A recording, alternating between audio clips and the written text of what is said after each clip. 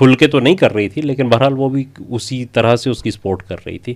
اس کے باوجود یہ معاہدہ ہو جانا آپ کیا سمجھتے ہیں کہ یہ کتنا سگنیفیکنٹ ہے اور اس کے کیا اثرات مرتب ہوں گے؟ بسم اللہ الرحمن الرحیم. جی مطابق جیسے آپ نے انٹرو میں ساری تفصیل بیان کی ہے تو بات تو اسی سے واضح ہو جاتی ہے کہ یقیناً یہ یعنی جو بھی اسرائیل کے مقاصد تھے وہ حاصل کرنے میں ناکام رہا ہے. وہ آپ نے کئی دفعہ پہلے بھی بیان کیے کہ وہ قیدی چھڑانا نہیں چھڑا سکے, وہ حماس کو ختم کرنا نہیں کر سکے, بالآخر مذاکرات پہ کرنے پڑے اس سارے کام کے لیے.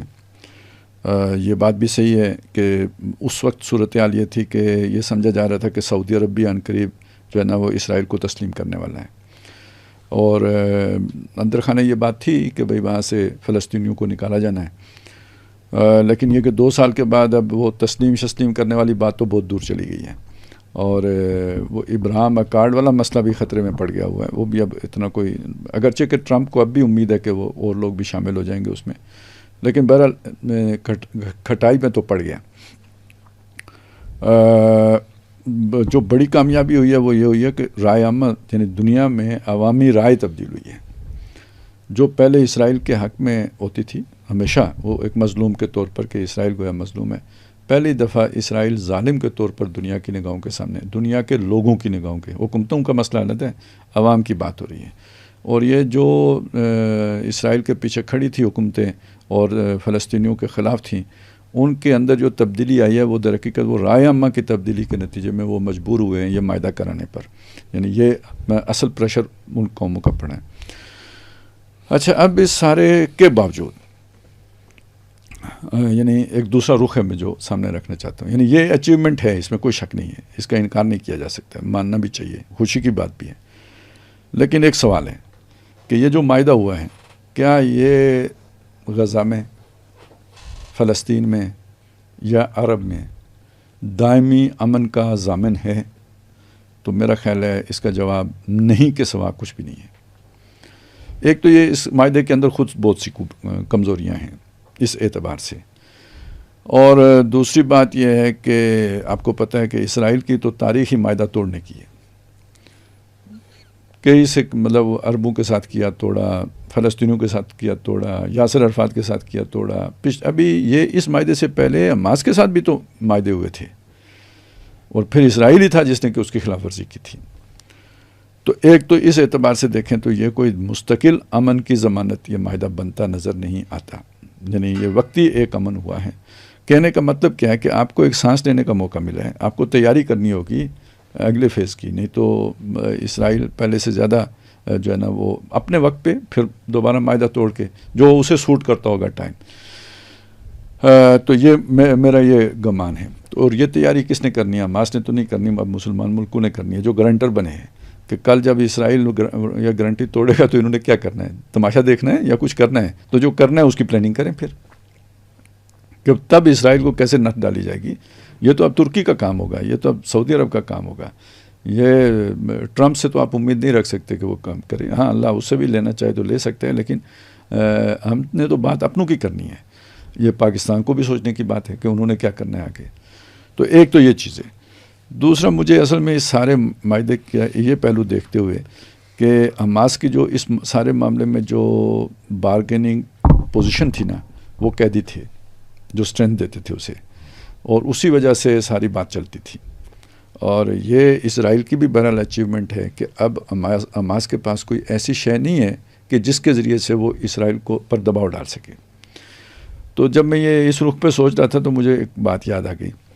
وہ یہ بات ہے کہ آپ نے بھی سنا ہوگا, ایک حدیث میں الفاظ آتے ہیں کہ یہ جو جاجوج ماجوج ہیں یہ دیوار چاٹتے رہتے ہیں, صبح کے مطلب بہت قریب پہنچ جاتے ہیں تو رات ہو جاتی ہے, کہتے ہیں چلیں باقی صبح کر لیں گے, اور پھر اگلے دن وہ برابر ہوتی ہے. یہ اس سے عام مفہوم دیوار کے پیچھے قید ہیں اور دیوار چاٹنے سے مراد لیا گیا ہے کہ اس میں نقب لگا رہے ہیں.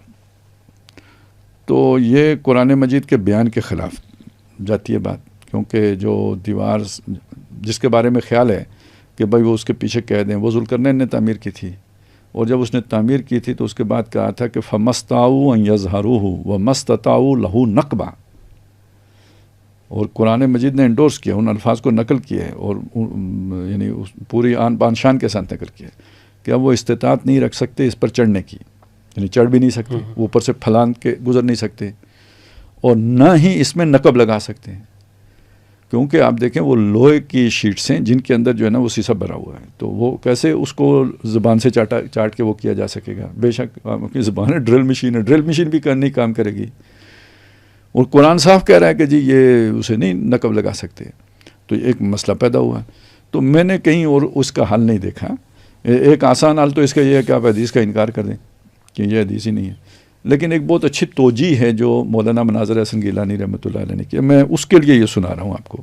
وہ توجیہ یہ ہے، اصل میں انہوں نے وہ سارے یاجوج ماجوج کی جو صفات ہیں نا وہ فٹ کی ہیں یورپی اقوام کے اوپر، جو نارڈرک ریسز ہیں نا ان کے اوپر فٹ کی ہیں، اور پھر اس کے بعد انہوں نے یہ کہا کہ ان کا یہ طریقہ واردات رہا ہے تاریخ میں کہ یہ جنگ کرتے، اگر یہ ناکام ہو جائیں تو مذاکرات کے ذریعے سے وہ مقاصد، یعنی جو عسکری ذرائع سے یہ اپنے مقصد حاصل نہیں کر سکتے وہ ٹیبل پر بیٹھ کے حاصل کرتے ہیں۔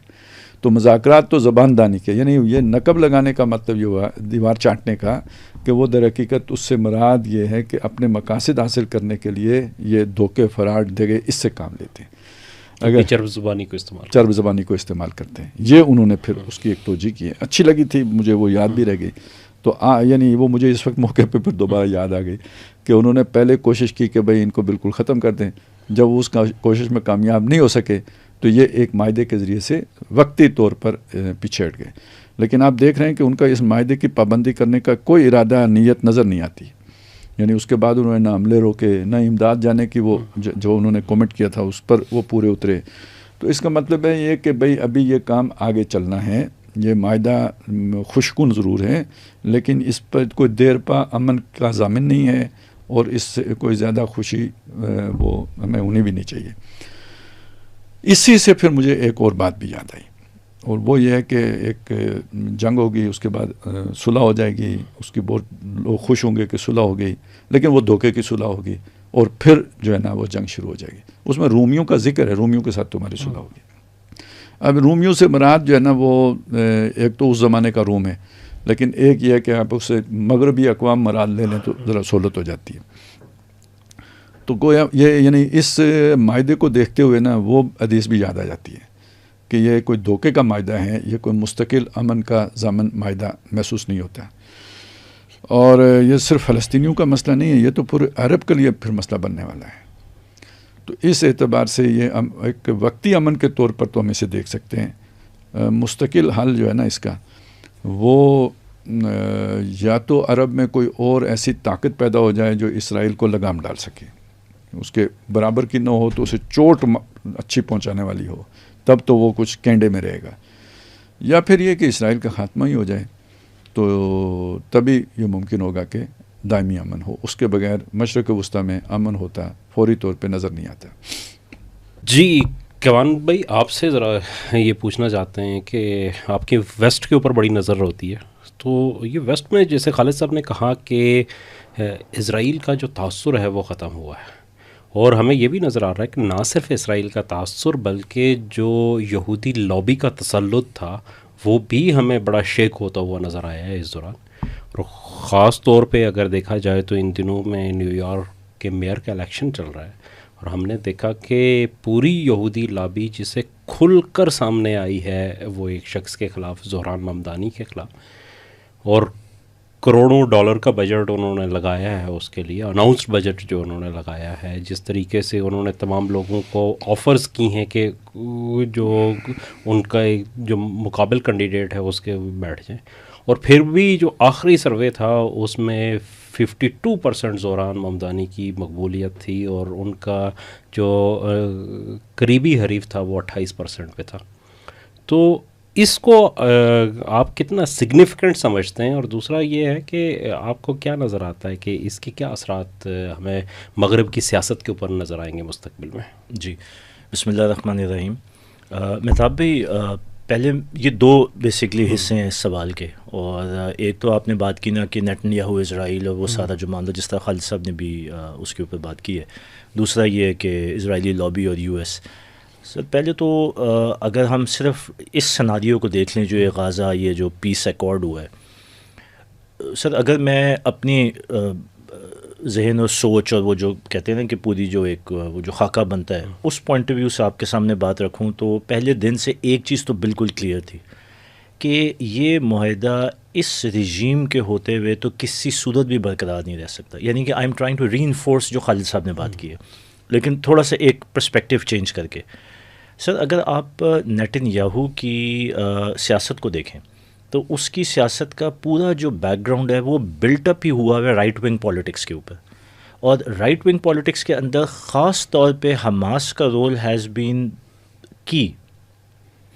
اب نیتن یاہو کس کو ریپرزینٹ کرتا ہے؟ حالانکہ خود رائٹ ونگ کا بندہ ہے نہیں اگر آپ اس کی پرسنالٹی, سوچ, مائنڈ سیٹ کی بات کریں, لیکن اس نے ظاہر سیاسی مفاد کے لیے جو رائٹ ونگ پالیٹکس کو اڈاپٹ کیا, اور اس وقت جو رائٹ ونگ کی سپورٹ ہے وہ رائٹ ونگ یعنی مذہبی شدت پسندی. مذہبی شدت پسند اس وقت کی ووٹ بینک ہیں نیتن یاہو کے پیچھے, اس کی سیاست کے پیچھے, اور اس کی گورنمنٹ بھی ان کے ووٹوں پہ ہی قائم ہے. گورنمنٹ بھی اس کے ووٹوں پہ ہی ہے.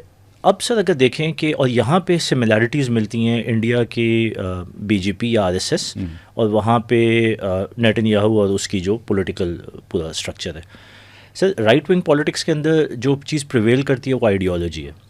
اب جب آئیڈیالوجی آپ کی یہ ہے کہ ہم ایکسپینشنسٹ ہیں, ہم نے ٹیریٹوریل گین حاصل کرنا ہے, اور آپ اس رائٹ ونگ کے ووٹ بینک کو اپیز بھی اس طرح کرتے ہیں کہ ہم جیوگرافی کو بھی ایکسپینڈ کریں گے, ہم یہ جو سو کالڈ ان کی نظر میں اچھوت ہیں کہ یہ مسلمان آ کے کہاں سے ہماری مقدس, اب وہ انڈیا کا جو مائنڈ سیٹ ہے مسلمانوں کے بارے میں اس کو بھی ذہن میں رکھیں.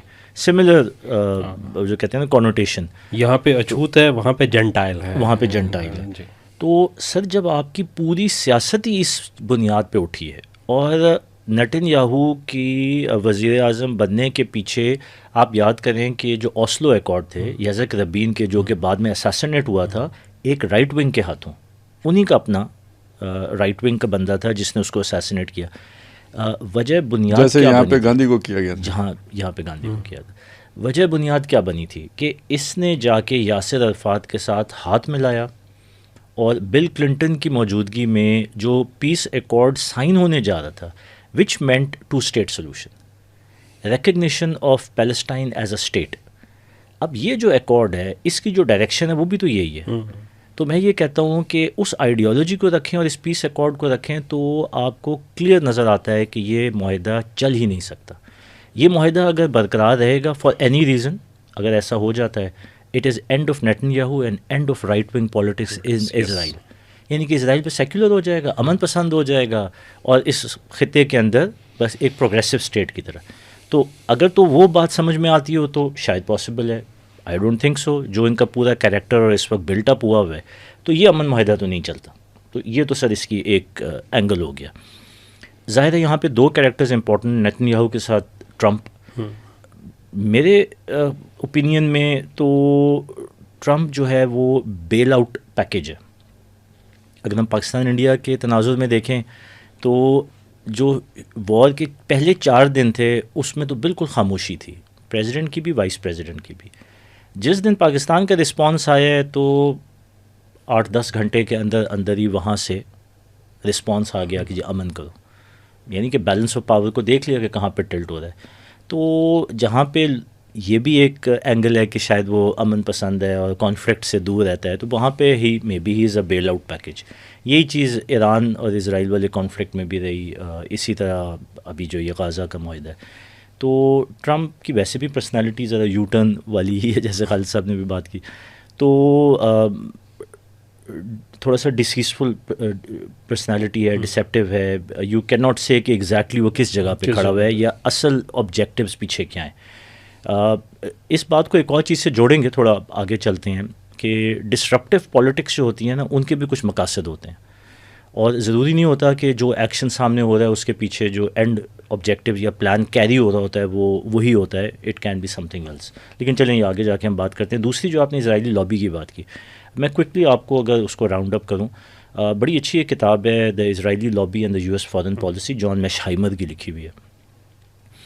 سر جتنی انٹرینچڈ جوئش لابی ہے نا سسٹم کے اندر, not people majority, not the populist vote, جو آپ نے بات کی کہ ممدانی کو بھی تو 52% ابھی بھی ملتا ہے with all the negative campaigns, and the next candidate 25% چلا اپنے 28%. سر یہ جو کتاب پوری لکھی گئی ہے، یہ پوری کتاب بات یہ کرتی ہے کہ اتنا ویل انٹرینچڈ ہے اس وقت لابی، لیکن lobby does not have public majority. Lobby operates in the shadows in the system, اور اس میں ہم سب کو پتہ ہے کہ the strongest group is on the financial system, اور فائنینشیل سے پھر ڈرائیو ہوتا ہے پولیٹیکل سسٹم، کیونکہ زیادہ کیمپین فنڈنگ وہ سارے معاملات ہیں. سر اس وقت جو حالات بلڈ اپ ہو رہے ہیں نا، اس میں لابی غصے میں آ رہی ہے یا اس کو غصہ دلایا جا رہا ہے. یہاں پہ ٹرمپ کا بھی ایک کردار ہے. اب لابی کے پاس آپشنس کیا ہیں؟ جس نے بھی ہسٹری پڑھی ہے، خاص طور پہ ورلڈ وار 1 اور 2 کی پڑھی ہے، اور اس سے پہلے فیڈرل ریزرو بننے کی پڑھی ہے، اور اس سے پہلے فیڈرل ریزرو بننے سے پہلے کا جو بیک گراؤنڈ ہے کہ کس طرح جو ہے وہ 2 فیڈرل ریزروز فیل ہوئے، پھر تیسرے کو بنایا گیا، اور وہ بھی لابی نے بنایا. تو دیکھیں ان کی پاور کو آپ انڈرمائن نہیں کر سکتے. دے کنٹرول دا سسٹم. ان کے پاس اختیار یہ ہوتا ہے کہ اگر تو ڈائریکشن ہماری مرضی کے مطابق ہے، اور یہاں پہ ابھی ہمیں تھوڑا وہ ڈیپ اسٹیٹ والی چیز بھی آئے گی، لیکن کیپنگ تھنگز سمپل. اگر ہم بات کریں کہ جی اس وقت جو چیزیں امریکہ میں ہو رہی ہیں انکلوڈنگ نیو یارک کے الیکشنز، وہ لابی کے مرضی کے خلاف ہو رہے ہیں، تو پھر یہ بھی ذہن میں رکھیں کہ لابی کا reaction would be extremely dangerous. Lobby can control political set up in America, lobby controls financial set up in America, lobby can control recessions. اور یہ میں آپ کو ایک اندازہ کی بات نہیں کر رہا، ٹینجیبل پروفس کے ساتھ کہ کس طرح ورلڈ وار 1 اور 2 سے پہلے اکنامک کریش ہوا، اسٹاک مارکیٹ کریش ہوا، اینڈ دین ورلڈ وار کا سیناریو بلڈ ہوا، اور امریکہ کا یہ جو سارا رول ہے. تو لابی کو ہم انڈر اسٹیمیٹ نہیں کر سکتے. اب لابی جو ہے وہ کس طرح ریئیکٹ، یہ تو ٹائم بتائے گا. لیکن یہ جو سارا کچھ ہو رہا ہے، ایک طرف یہ ہو سکتا ہے کہ ان کی مرضی کے خلاف ہو رہا ہے، اور ٹرمپ جو ہوتا ہے وہ جینولی امن کریٹ کر رہا ہے، اور دوسری طرف ڈیپ اسٹیٹ کا ایجنڈا بھی ہو سکتا ہے کہ کریٹ کیوس. تو میرا تو تھوڑا سا جو اندازہ ہے وہ یہ ہے کہ this is a recipe to build up larger chaos, چاہے وہ مڈل ایسٹ میں ہو یا چاہے وہ امریکہ میں ہو، and lobby will play a role. صحیح. خالد صاحب اسی کو تھوڑا سا آگے بڑھاتے ہیں. ایک چیز اور ہے، جیسے اقبال بھائی نے کہا کہ جو رائٹ ونگ کی پولیٹکس ہے وہ ہمیں اسرائیل کے اندر بھی جو اس کا جو وہاں پہ تسلط تھا وہ ہمیں ٹوٹتا ہوا نظر آیا. اسرائیل کے اندر جس طریقے سے مظاہرے ہوئے ہیں، اور اس سے پہلے ایک چیز تھی کہ مظاہرے پہلے بھی ہوتے رہے ہیں، لیکن پہلے جو ہے وہ یرغمالیوں کی رہائی کے لیے تھے. لیکن پہلی جو چیز ہمیں دیکھنے کو ملی کہ وہاں پہ بڑے بڑے مظاہرے ہوئے، جس میں کہ ایک مظاہرے کی میں جو مظاہرین کی تعداد تھی وہ 22,000 انہوں نے کہا کہ اس سے زیادہ لوگ تھے اس میں. اور یہ تل ابیب میں ہوا مظاہرہ، اور وہ اس لیے تھا کہ غزہ کے اندر جینوسائڈ بند کی جائے، ان کا ٹارگٹ ہی یہ تھا. وہاں پہ ایسے مظاہرے بھی دیکھنے کے آئے جہاں پہ لوگوں نے جو ان کی لازمی فوجی تربیت ہوتی ہے اس کے جو آرڈرز تھے ان کو جمع کیا نوجوانوں نے اور اس کو آگ لگا دی. اس سے پہلے مطلب جو آرتھوڈکس یہودی تھے وہ تو خیر تھے ہی خلاف، لیکن یہ وہ نہیں، یہ عام نوجوان جو اشکنازی یہودی ہیں انہوں نے یہ کام کیا. تو اس سے بھی ایک تھیوری تو یہ بھی آ رہی ہے کہ اسرائیل کے اندر بھی جو رائٹ ونگ پولیٹکس ہے وہ کمزور پڑ رہی ہے. اور میں نے کچھ آرٹیکلز ایسے بھی پڑھے ہیں کہ جس کے اندر وہ کہہ رہے ہیں کہ ہر چیز کی ایک نیچرل عمر ہوتی ہے. تو یہ جو کمان بھائی نے جس طریقے سے کہا کہ یہودی لابی کی جو گرپ تھی، جو بیسکلی جو تقریباً جو پروٹوکولز انہوں نے لائے تو 1900 کے شروع میں وہ آ گئے تھے، یا 1890 کے دہائی میں انہوں نے اپنی گرپ بنانا شروع کی تھی. تو 1.25 صدی جو ہے انہوں نے راج کیا ہے دنیا کے اندر. تو اب وہ کہہ رہے ہیں کہ اب جو ہے یہ بھی اس جو تاریخی عمل کے نتیجے میں ٹوٹ پھوٹ کا شکار ہو رہی ہے. اور بڑی بڑی جو امپائرز ہوتی ہیں اس کی عمر بھی کتنی ہوتی ہے، 1 سے 1.5 صدی سے اوپر کم ہی جاتی ہیں جو ہے نا. امپائر اپنی عروج کا جو ہوتا ہے ان کا اس دوران ختم ہو جاتا ہے. تو آپ اس حوالے سے کیا سمجھتے ہیں؟ اچھا دیکھیں، یہ تو کافی اس میں جو ہے نا پیچیدگیاں ہیں اور طے بطے معاملات ہیں. سب سے پہلے جو اس چیز کو دیکھیں کہ اسرائیل میں جو رجیم موجود ہے، جو گروہ مسلط ہیں ان کے اوپر، تو مذہب ان کا ایجنڈا نہیں ہے. بنیادی طور پر وہ قزاق ہیں، مطلب معیشت ان کا ایجنڈا ہے. اور عرب کے اوپر ایک کنٹرول رکھنا، اور یوں سمجھے کہ جو عالمی قزاق ہیں ان کی ایک فارورڈ پوسٹ کی صورت میں یہ رجیم یہاں پہ مسلط ہیں، لیکن علاقہ مقدس ہے، اور اس کو پھر انہوں نے مذہبی رنگ دے کر، مذہبی ٹچ دے کر، تو وہ اپنی یہ حکومت یعنی یہ سارا مذہبی ٹچ ہی تھا شروع سے بالکل اس رجیم کا. لیکن اس کا یہ مطلب نہیں ہے کہ یہودیوں کے اندر وہ چیز نہیں ہے. جو وہاں بھی آرتھوڈاکس یہودی ہے نا، اس کی سوچ کبھی بھی اس ریاست کے ساتھ ہمانگ نہیں رہی، بننے سے بھی نہیں ہے، کیونکہ وہ جو ان کے ترتیب میں ریاست بننی ہے اس کی ترتیب اور ہے، وہ یہ نہیں ہے. لیکن یہ جو جذباتی نوجوان ہوتا ہے نا، یہ ان باتوں میں آ گیا، اور بنیادی طور پر یہ یہودیوں سے بڑھ کر کرسچنز کا ایجنڈا ہے. یہ معلوم ہونا چاہیے، یہ ان کا ایجنڈا ہے، ان کی اپنی جو سوچ ہے نا وہ یہ ہے، یا انہیں پڑھایا یہ گیا ہے، یا یہودیوں نے یہ سکھا دیا یہ کہ پہلے 3rd ٹیمپل بنے گا، پھر وہاں پہ تخت داؤدی رکھا جائے گا تو عیسیٰ علیہ السلام آئیں گے. تو ان کے پادریوں نے انہیں بتا دیا جب عیسیٰ علیہ السلام آئیں گے تو دودھ کا دودھ پانی کا پانی ہو جائے گا، تو یہ کام ہم ان سے کرا لیتے ہیں.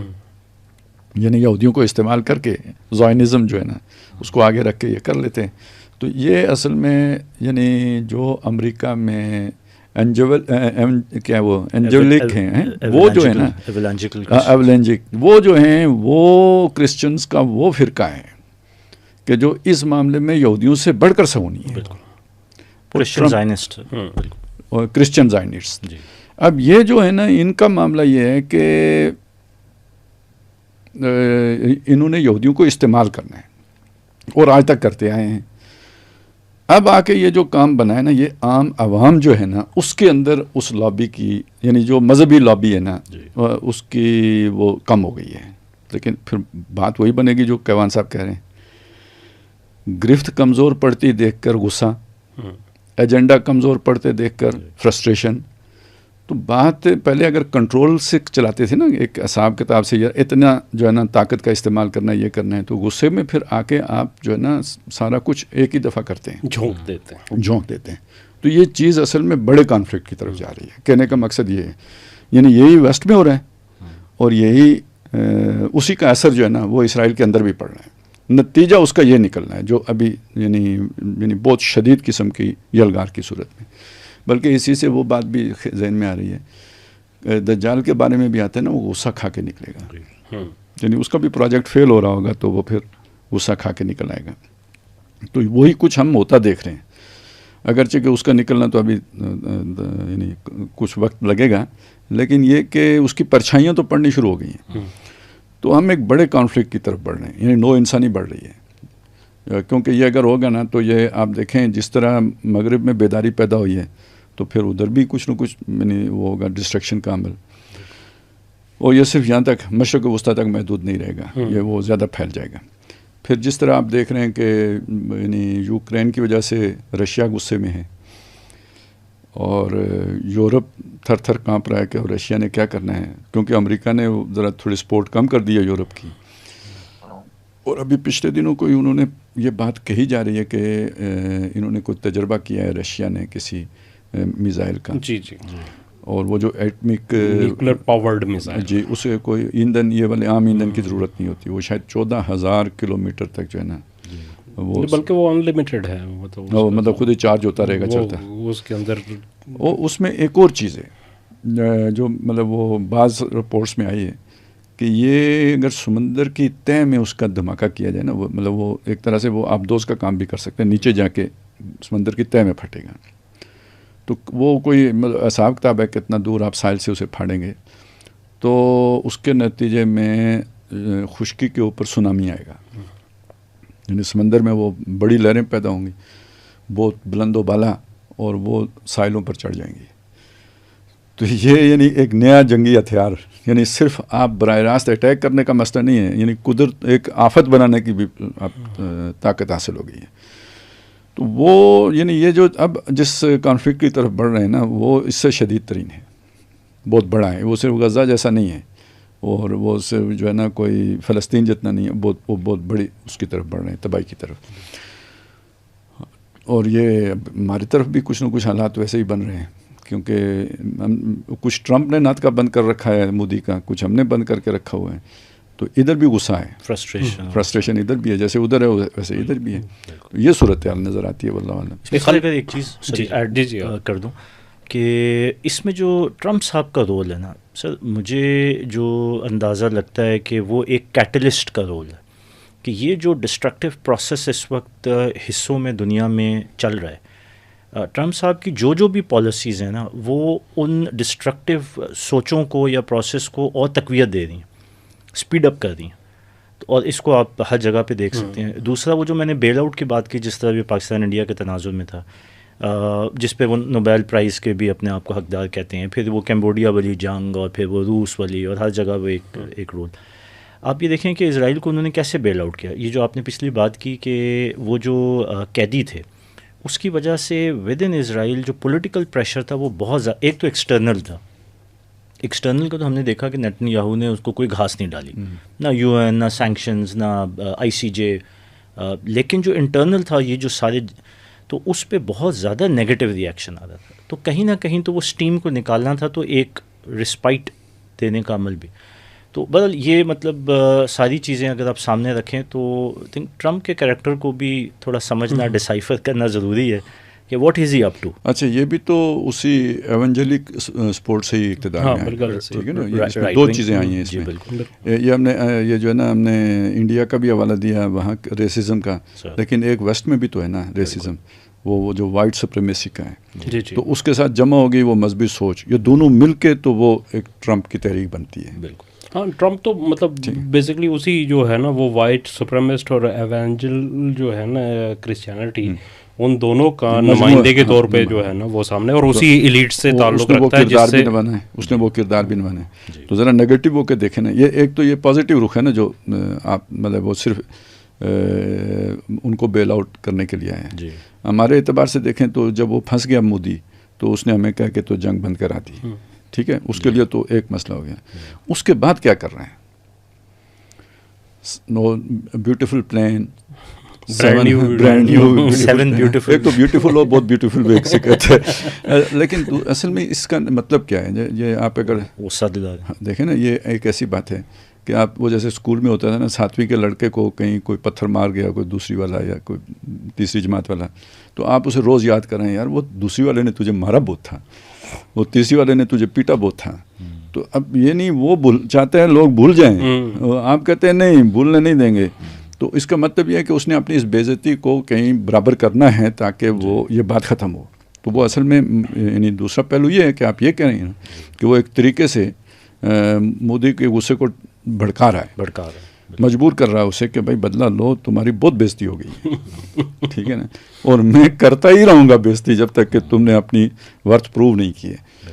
تو مطلب اس کا دوسرا پہلو یہ ہے. اب آپ دیکھیں نا, انڈیا کی جو بھی ایک چودراہٹ تھی, پھوں پھاں تھی پوری دنیا میں, اس نے اپنا ایک وہ بنایا تھا, وہ سارا مٹی ہو گیا. اب کیسے وہ ٹھیک ہوگا, ساکھ بحال کیسے ہوگی. دوسرے اس کے ساتھ یہ بھی جوڑ لینا کہ یہ وہی ٹرمپ ہے جس نے اپنی پچھلی ٹرم میں جو بیت المقدس ہے اس کو کیپٹل ڈکلیئر, کسی امریکی پریزیڈنٹ میں اتنی ہمت نہیں تھی کہ یہ کام کرتا ہے کہ جیروسلم کو وہ کیپٹل, اس نے کیپٹل بھی ڈکلیئر کیا, اپنی ایمبیسی بھی شفٹ کی, اور پھر اس کے داماد نے وہاں جا کے تو پورا وہ اس کے انوگریشن کا پروگرام کیا. تو مطلب یہ, اور داماد بھی 2 سال میں جب یہ جینوسائیڈ ہو رہا تھا تو کیا کیا اس نے, کچھ بھی نہیں. کیا بیانات دیے, مطلب وہی بیانات دیے جو اسرائیل نیتنیاہو کے حق میں جاتے تھے کہ فلسطینیوں کو یہاں سے نکل جانا چاہیے, یہاں پہ ہم یہ سیرگاہ بنائیں گے, یہ کریں گے, وہ کریں گے. یہ ساری اسی کا ایجنڈا تھا یا نہیں؟ ٹورزم کا پلان تو اس کا اپنا تھا, ٹرمپ کا تھا کہ وہاں پہ کوسٹل جو ہے نا وہ سٹی بنائی جائے گی. اچھا, ایک اس کے اوپر پھر آ جاتے ہیں, انڈیا والی بات چونکہ آ ہی گئی ہے اس کے اوپر, میرا خیال تھا کہ اس کو ہم بعد میں کریں گے, لیکن چلیں اسی کو ہم کنٹینیو کرتے ہیں کہ یہ اس وقت صورتحال انڈیا اور پاکستان کے درمیان پھر ٹینشن ایسی بنی ہوئی ہے کہ یہ کہا جا رہا ہے کہ اگلے شاید جو ہے نا یہ نومبر یا دسمبر میں ایک اور جنگ جو ہے وہ ہونی لازمی ہو چکی ہے. انڈیا اس وقت جو ہے نا وہ ٹرائی فورسز ایکسرسائزز کر رہا ہے بڑے پیمانے پہ, پاکستان جو ہے وہ ہائی الرٹ پہ ہیں فوجیں, اور کچھ اطلاعات ایسی بھی آئی ہیں کہ مختلف جگہ پہ کوئی چھوٹی موٹی جھڑپیں بھی ہوئی ہیں. اس دوران انہوں نے بڑے بیانات بھی دیے ہیں. جو ان کا آرمی چیف ہے اس نے کہا کہ جناب پاکستان کا نقشہ سے مٹا دیں گے. جو راج ناتھ ہیں ان کے وزیر دفاع, اس نے کہا کہ جی سر کریک میں پاکستان کر رہا ہے, تو ہم جو ہے نا سر کریک کا راستہ پاکستان کو یاد ہونا چاہیے, کراچی تک جاتا ہے اور ہم کراچی کو کریں گے. نیوی کے اوپر کل پرسوں انہوں نے کہا کہ جی پاکستان کے جو ہے نا وہ بارڈر کے قریب ہم ایکسرسائزز کر رہے ہیں اور بڑے جو ہے نا 40 سے زیادہ وار شپس اس میں انوالو ہیں. تو بظاہر تو ایسے لگ رہا ہے. اس میں دو چیزیں ہیں. ایک تو لوگ کہہ رہے ہیں کہ جو وہی والی کہ مودی کی جو ہے اندرونی پریشر جو ہے اس کے اوپر بہت زیادہ ہے, اور خاص طور پہ جو دوسری بڑی ریاست ہے بہار, اس کے الیکشن ہونے ہیں 8 نومبر کو, اور پھر سیکنڈ پولنگ جو ہے نا وہ 14 نومبر کو ہے وہاں پہ. تو اس حوالے سے بھی کچھ لوگ کہہ رہے ہیں کہ یہ تو صرف اس حد تک ہے کہ ایک ماحول ایسا بنایا جائے, چونکہ جب بھی انڈیا میں کوئی الیکشن ہوتے ہیں تو اس کے بعد اس وقت جو ہے نا یہ ماحول بنانا بڑا ضروری ہو جاتا ہے, جو کہ ووٹرز کو جو ہے نا انٹیکٹ رکھنے کے لیے, اپنے ووٹ بینک کو کہیں بکھرنے سے روکنے کے لیے, تو اس کے لیے کیا جا رہا ہے. لیکن دوسری چیز یہی ہے کہ جو آپ نے کہا کہ اب صورتحال انڈیا کے لیے ایسی بن گئی ہے کہ شاید اس کے لیے جو ہے نا اس سے اوائڈ کرنا ممکن نہیں رہا, کہ اس کی پوری ہیجمنی جو تھی اس نے بنائی ہوئی تھی پچھلے عرصے سے. ہیجمنی والا لفظ آپ نے صحیح استعمال کیا کہ وہ جو انہوں نے ایک بدماشی اپنی بنائی ہوئی تھی تو وہ تو ساری ہوا ہو گئی, ایک مسئلہ. دوسرا یہ ایک ان کی نفسیات بھی ہے. دعوے اتنے بڑے بڑے نا, معلوم ہوا کہ ساری رستم زمان یہی ہیں, لیکن مرد میدان نہیں ہے, ادھر آ کے یہ ٹھوس ہو جاتے ہیں. یہ بنیا ذہنیت یہی ہے. ویسے بھی تاجر پیشہ آدمی کا کام لڑنا نہیں ہے, یعنی جو بنیا ایکچوئل جو سوچ ہوتی ہے نا اس میں تو دھمکی بھی دینی ہوتی ہے, تو بھائی وہ ڈیل کرنے کے لیے دینی ہوتی ہے, لڑنے کے لیے نہیں دینی ہوتی ہے. تو یہ پوری ہمیں کچھ تاریخ ایسی ہی لگتی ہے. اچھا, یہ بھی میں مزے کی بات آپ کو بتاؤں کہ اس وقت جو دونوں مطلب کی فگرز ہیں نا انڈیا کے, مودی اور امت شاہ, یہ دونوں گجراتی ہیں, اور گجراتیوں کے بارے میں انڈیا میں بھی اور پہلے پورے برصغیر میں یہ تھا کہ یہ کبھی لڑتے نہیں ہیں, یہ دھندے والے لوگ ہوتے ہیں, یہ تجارت بہت اچھی کرتے ہیں, لڑائی کبھی نہیں کرتے جو ہے نا گجراتی. تو یہ مطلب یہی طریقہ رہا ہے. مطلب یہ ٹھیک ہے, مطلب یہ ان کا بھی یہ ہے. ویسے بھی ایک عموماً تاجر آدمی کو کیوں لڑے گا, وہ تو کیا ہے, سب جاتا دیکھیے تو آدھا دیجیے بانٹ, ٹھیک ہے, اور بھاگتے چور کی لنگوٹی صحیح وغیرہ وغیرہ, وہ ساری اصل میں تو لڑائی میں تو بہت خرچے بھی ہوتے ہیں, پتہ نہیں کیا ہوتا ہے. یہ ان کا کام نہیں ہوتا لڑنے, تاجر کا کام لڑنا نہیں ہوتا ہے. اچھا, اب آ جائیں اس بات کی طرف کہ یہ تو سائیکی ہے, لیکن یہ کہ جو آرزویں ہیں, امنگیں ہیں, تو وہ تو بہت بڑی بڑی ہیں. اشوک کا انڈیا بنانا ہے, دھرتی کو جو ہے نا ناپاک وجود سے پاک کرنا ہے, باتیں بہت اونچی بننا ہے. ہاں, وہ مطلب اپنے لوگوں کو یہی کہانیاں پڑھا کے تو وہ اقتدار میں آئیں. اب یعنی ایک طرف یہ چیز ذہن میں رکھیں, باتیں انہوں نے بہت بڑی بڑی کی ہوئی ہیں, دعوے, اور ارادے جو ہیں وہ یعنی یا کہیں کہ ہمت جو ہے وہ بہت کم ہے. ایک چیز یہ ہو گئی. دوسرا یہ کہ کوئی اگر تھی ہمت تو وہ 7 مئی کے بعد آپ نے خاصی اس کو ضرب بھی پہنچا دی ہے. ان چیزوں کو جمع کریں تو جنگ نہیں ہونی چاہیے, پھونپا یہ وہ آیا کھایا یہ وہ تو ہوگا, لیکن ہونی نہیں چاہیے. یہ ایک رخ ہے بات کو دیکھنے کا. ہو سکتا ہے بہت سے لوگ اسی طرح دیکھ کے کہہ رہے ہوں کہ خیر ہے, کوئی نہیں, یہ مطلب فلم چل رہی ہے کوئی, اور انجام بخیر ہوگا. ایک دوسرا رخ بھی ہے چیزوں کو دیکھنے کا, اور وہ یہ رخ ہے کہ تقریباً ویسے تو شروع ہی سے اندر خانے اسرائیل کا اور ان کا آپس میں گہرا ربط و تعلق رہا ہے. یعنی جس زمانے میں غیر جانبدار ممالک کی تحریک کے ساتھ بھی یہ وابستہ تھے نا, تب بھی اسرائیل کے ساتھ یعنی, اور یہ فلسطینیوں کے حمایتی تھے ظاہراً, اندر خانے ان کے اسرائیل کے ساتھ اچھے یارانے تھے. اور اس کی مطلب بہت بنیادیں ہیں. جو برہمن کی سوچ ہے بالکل وہی یہودی کی سوچ ہے. یہ بھی چوزن ہے, وہ بھی چوزن ہے. اور کچھ چیزیں ان کی اور بھی ملتی ہیں, مطلب وہ سود خوری, تجارت, پیلا رنگ, گائے, یہ اچھوت والا تصور بھی. دیکھیں موسیٰ علیہ السلام نے جو سامری کو سزا دی تھی کہ فَإِنَّ لَكَ فِي الْحَيَاةِ أَن تَقُولَ لَا مِسَاسَ, تیری یہ سزا ہے, ساری زندگی تو کہے گا کہ مجھے چھو نہ. یعنی وہ تو انہوں نے کر ہی ایسا دیا تھا کہ اگر کوئی ٹچ کر جائے اسے نا تو وہ اسے بخار چڑھ جاتا تھا, تو دور سے ہی کہتا تھا میرے نزدیک نہیں آنا. تو یہ تو وہی سزا دیتے ہیں کہ یہ اچھوت ہو گیا, اس کو ٹچ نہیں کرنا. اچھا سر، ان کی جو اینڈ ٹائم پروفیسیز ہیں نا وہ بھی آپس میں بہت زیادہ ملتی ہیں، ملتی جلتی ہیں. وہاں جو مسیح ہے تو یہاں پہ وہ کالی کا جو اوتار ہے نا تو وہ آپس میں ایک پرسنالٹیز ہیں. جیسے بعض نے وہ نبی صلی اللہ علیہ وسلم کے ساتھ جوڑ دیا تھا کسی پنڈت نے، لیکن خود مسلمان نہیں ہوا تھا، مطلب وہ اسے اصل میں وہ دوسرا رخ دے رہا تھا. اچھا، اب اسی کو مطلب وہ دریا میں بہا دینا راکھ کو، یہ مردے کی باتیں انہوں نے حضرت موسیٰ علیہ السلام نے اس کا وہ بچڑا بایا تھا. تو کافی چیزیں جو ہے نا ان کی ملتی ہیں. اسی وجہ سے یہ برہمن کو بھی بعض لوگ ابراہیم کی بگڑی ہوئی شکل سمجھتے ہیں اور ان کو ان کے گمشدہ قبائل میں شامل کرتے ہیں. تو اب جب ڈی این اے آ گیا، پتہ نہیں انہوں نے آپس میں کیا کچھ کر لیا ہوگا، ہمیں تو نہیں پتہ نا، دنیا کو تو نہیں پتہ کیا تحقیقات ہو گئی ہوئی ہیں. تو کچھ چیزیں ان کی پہلے سے بھی ملتی تھیں، پھر خیالات ایک جیسے ہیں. تو اور پھر جو اسٹریٹجی بنتی ہے، اب پاکستان ہے، اگر اس سے اسرائیل کو خطرہ ہے تو اس کا جو دشمن ہے تو وہ اسرائیل کا حمایتی بن گیا. ان چیزوں نے انہیں اپنے ایک دوسرے کے قریب رکھا ہوا تھا، پہلے ہی سے رکھا ہوا تھا. اب پچھلے 20-25 سال میں تو اعلانیہ اسٹریٹجک پارٹنر ہیں. بالکل ایسا ہی ہے نا. اس عرصے میں آپ دیکھیں، یعنی ایک چیز تو یہ ہو گئی نا کہ انڈیا ان کے قریب ہو گیا، دوسرا یہ ہے کہ وہ بھی تو انڈیا کے سر پہ آگے سوار ہو گئے، پینیٹریشن ہو گئی، اندر گھس گئے. تو وہ کون سے کوئی شریف ذاتے ہیں؟ انہوں نے جس کے ساتھ کبھی بھی دوستی کی ہے اس کو کب نوازا ہے سوائے اس کے کہ اس کو نچوڑنے کے. تو وہ ہندو کامیاب ہوتا ہے کہ ناکام ہوتا ہے اور انڈیا تباہ ہوتا ہے کہ برباد ہوتا ہے. انہوں نے تو اپنے خطرے کو نیوٹرلائز کرنا ہے. اس کے لیے اگر وہ اس مشینری کو استعمال کرتے ہیں، یعنی جو انہوں نے پینیٹریشن سے اپنے لوگ انجیکٹ کر دیے ہوں گے سسٹم کے اندر، مودی بھی ہو سکتا ہے وہ بندہ، وہ اجیت دوول بھی ہو سکتا ہے، اور یہ جو ہائرارکی ہوتی ہے اس کے اندر، یعنی پولیٹیکل ہائرارکی کے اندر بھی، اور یہ جو آپ کی بیوروکریسی کی اور یہ عسکری ہے اس کے اندر بھی انہوں نے جو بھی اپنے بندے ڈال دیے ہوں ایکسٹریمسٹ. وہ روپ تو ان کا ہندو والا ہوگا، لیکن یہ کہ حکم اگر ان کا مانتے ہوں تو یہ جو کچھ بلڈ اپ ہوا ہے. میں یہ جیسے میں نے وہاں پہ کہا نا کہ جو ان کے عزائم ہیں اس میں وہ معاہدہ کچھ ہے نہیں، اہمیت رکھتا ہے. اسی طرح یہ بات بھول جائیں کہ پاکستان اور انڈیا کے درمیان امن ہو جائے گا جب تک وہاں مسئلہ سیٹل نہیں ہوتا.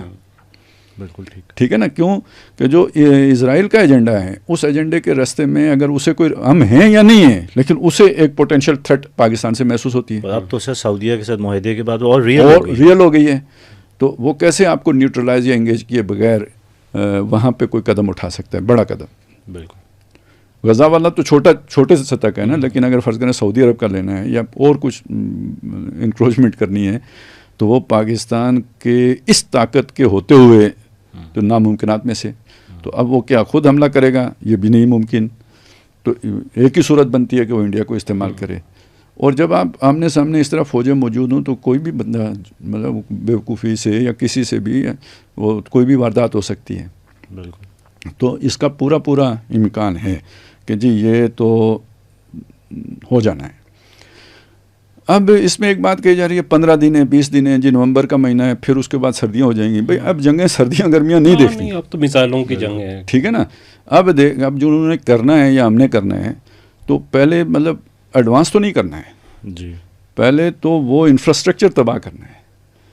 وہ پہاڑوں پہ تو نہیں ہے جہاں برف پڑتی ہے، تو میدانوں پہ ہے. تو وہ فوجیں 6 مہینے بعد داخل ہوتی رہیں گی نا، جب آپ بالکل سرنڈر کر چکے ہوں، ریزسٹنس ختم ہو چکی ہو. تو وہ اب انہیں یلغار اصل میں نہ ایئر فورس کی ہونی ہے نہ یعنی ملٹری کی ہونی ہے، اب انہیں ہے میزائلوں کی، یعنی آپشن جو بظاہر نظر آتا ہے واللہ عالم، کیونکہ آپ نے دونوں باقی رستے بند کر کے رکھے ہوئے ہیں. تو میزائلوں کی یلغار اگر ہوتی ہے تو پھر آپ سوچیں کہ کیسی تباہی پھرنی ہے. اور وہ اس کی شدت وہ والی نہیں ہوگی جو 7 سے 10 مئی کے درمیان تھی، وہ تو بہت کنٹرول تھا.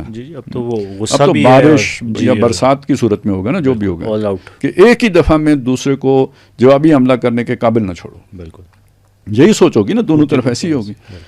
تو اس میں تو وہ بڑا لڑائی 2 طرفہ عمل ہوتا ہے، وہ اپنی پلاننگ کریں گے یا اپنی کریں گے. پھر یہ 2 طرفہ عمل سے ایک وہ مضمون ہوتا تھا اردو کا میرا بچپن، پتہ نہیں کوئی صدیقی صاحب تھے، ان کا مضمون تھا میرا بچپن.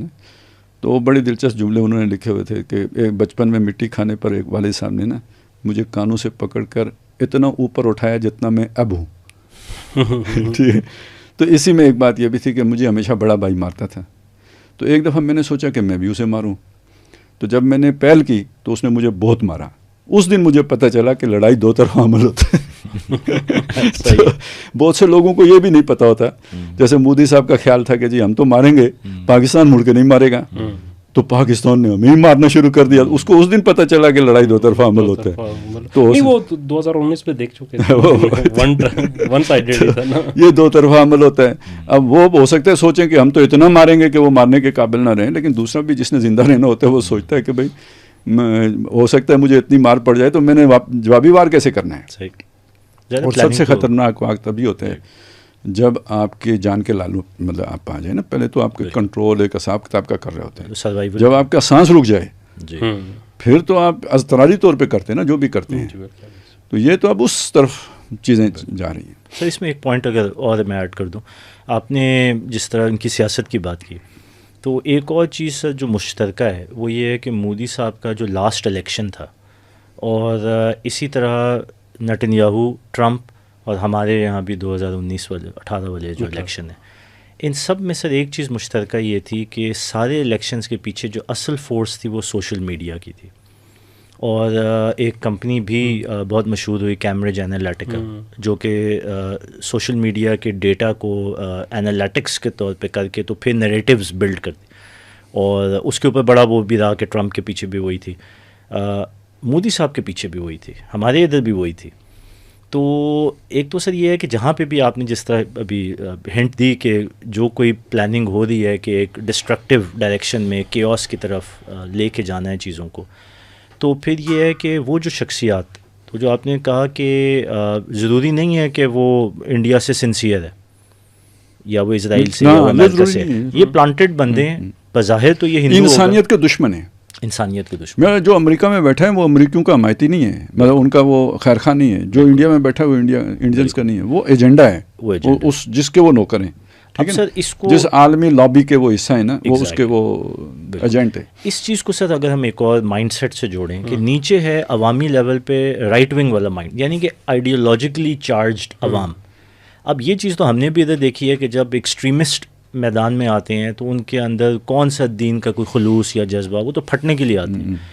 یہاں پہ بھی جو مودی کے پیچھے عوام ہے یا نتن-یاہو کے پیچھے عوام ہے, اچھا بندہ اگر کسی ایجنڈے کا پلانٹڈ ہے, کسی عالمی طاقت, ڈیپ اسٹیٹ, روپ اس کا مذہبی ہے جیسے آپ نے ذکر کیا. اب سر شدت پسندی کا مسئلہ یہ ہے کہ ہوتے یہ سوئسائڈل ہے, تو پھر جو لڑائی ہے اس کے اندر وہ عقل تو رہتی ہی نہیں ہے نا. تو جب انڈیا پاکستان کا کانفلکٹ ہوگا, عقل یہ کہے گی کہ دونوں نیوکلیئر پاورڈ نیشنز ہیں, تو کیا ہوگا, ٹوٹل ڈسٹرکشن. لیکن وہ نیچے عوام سوئسائڈل, اوپر ایجنڈے والا پلانٹڈ, تو پھر یہ چیز بڑی ریئل ہو جاتی ہے. اور یہ چیز ہم عموماً اپنے سرکلز میں, اور وہ بھی وہ سرکلز جو کہ اس فیلڈ سے وابستہ ہیں, ان کو جب ہم بڑا پیسو دیکھتے ہیں, نہیں پاکستان انڈیا کی تو جنگ ہی نہیں ہونی, دونوں نیوکلیئر پاور ہیں, تو یہ تو یہاں پہ انفارچونیٹلی لاجک ختم ہو جاتی ہے جہاں پہ اس طرح کا کمبینیشن موجود ہو. ہاں دیکھیں, یہ جس کو اب بھی آنکھ نہ کھلے نا, تو ٹھیک ہے اسے اسی حالت میں رہنے دیں, اسے مطلب بغیر خبر ہوئے موت آنے دیں, ٹھیک ہے, اس نے اسی طرح مرنا ہے. مسئلہ یہ ہے کہ یہ بات اگر کوئی 3 سال پہلے کہتا ہے, 4 سال پہلے کہتا ہے, لوگ کہتے تھے, تو ٹھیک ہے بھائی, اس کی ایک لاجک بنتی ہے. لیکن 7 مئی کے بعد ٹھیک ہے, اب تو صرف نانسنس بنتی ہے. بالکل.